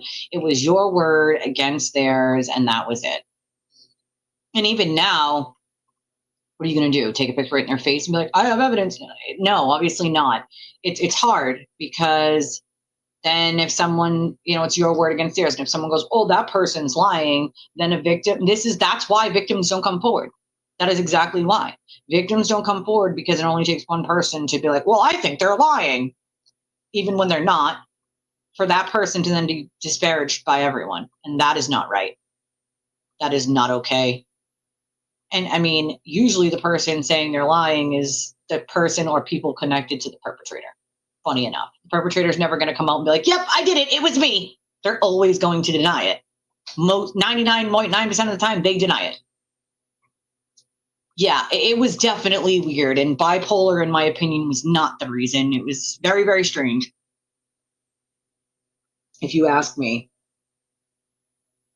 Yeah, that just, there was a lot of weird stuff when it came to this case that was just like huge red flag for me on some of the things that she said. But I mean, look at the dude. It's a creepy dude, you know? Yeah, it really did, Scorpio. You're right. Ugh, I saw the one where the guy set his wife on fire in the garage and left. You know? Yeah, it's just really strange. A lot of strange shit with that case. A lot of really strange things that sort of a little bit point to the mother knowing more than what she's saying. You know? It is what it is. That's the part that got me. Is even after it was clear that he clearly killed her daughter, she was still sort of protecting him. And I'm like, is it Munchausen's syndrome? Like, did he abuse the mom too? Because at some points, like, when you're abused, the first thing you do is cover for them because you're afraid. Been there, done that. Not child molester, but just my abuser in general. And also, I was very young at the time. It's been like a whole lifetime since that happened, but it still leaves scars, a lot of scars. At first, you cover for them. That's what you do. You lie and you cover because you're afraid. And I was so young at the time. I was just very young adulthood, you know, 18, 19. I was so young and so afraid, you know. Yeah, I have to. Oh, I did too. Multiple times. I took refuge really at a friend's house across the street that I spent most of my time in. And then on the weekends, I would literally disappear. Just disappear. Just poof, gone until Sunday, right? Sunday night before I had to go to school Monday, I would come back. You know? Me too, but you're a kid. You're afraid. You know? What are you going to do? You're just afraid, you know, of saying anything. Exactly. Like, you ain't getting anywhere near my child. With the mom? Maybe they made a deal with her with the mom? It's a possibility. It's a possibility. They, you know, they could make a deal with anyone, the prosecutors, to get her to testify against him. It's a possibility for sure, especially if they found something that would show that she knew in any way, shape, or form. That would be bad for her, you know? All right, guys. It's 4:47. We've been here 3 hours and 15 minutes. I am hungry, and I need to go make din because I am starving. So I'm going to wrap this up. And since that thing is at 9, I guess we'll have to do 8:30 tomorrow. Thank you, Claire, Jack, and Joy for your super stickers and your super chats. I appreciate you guys. Make sure on your way out that you hit the like button and the subscribe button. It would definitely be helpful. If you can donate to the channel, we would appreciate it. I have 2 weeks until I go on vacation. I am ready for a mental reset for sure. So if you need a mental reset, take a time out, take a day out, you know? Woosah. If you'd like to donate to the channel, at the top of the chat in YouTube, there is a link that you can click on. You can do credit or debit. That goes directly to me, thank goodness. And then Venmo, Cash App, PayPal, Revolut are all on the screen right now and on the ticker on the bottom. We have wish lists. You can find all that stuff also in the description of the videos. You can find it on the front page of my YouTube channel. If you're ever looking for that stuff, it's all there. I love your stinking faces. I will get on emailing you the QR code, Joy. When I get off here, I will go pee, and then I will send you that via email. And then I will also put it in the posts on YouTube so you guys can get to it if you have iDevices, so that you can get your memberships or redo your memberships when they run out. I will see you guys at 8:30 tomorrow morning. Make sure you get your coffees and you're wide awake. And I will go to bed early tonight so that I can be up nice and early. And if you need me in the meantime, you can email me at twistedtragedies3@gmail. You can get me on DM on Discord or Twitter, Facebook. I am on all those platforms. I love y'all, and I will see y'all tomorrow morning, 8:30 a.m. sharp. Everybody have an amazing rest of your Sunday or Monday, because it's Monday in some places. See y'all later. Bye.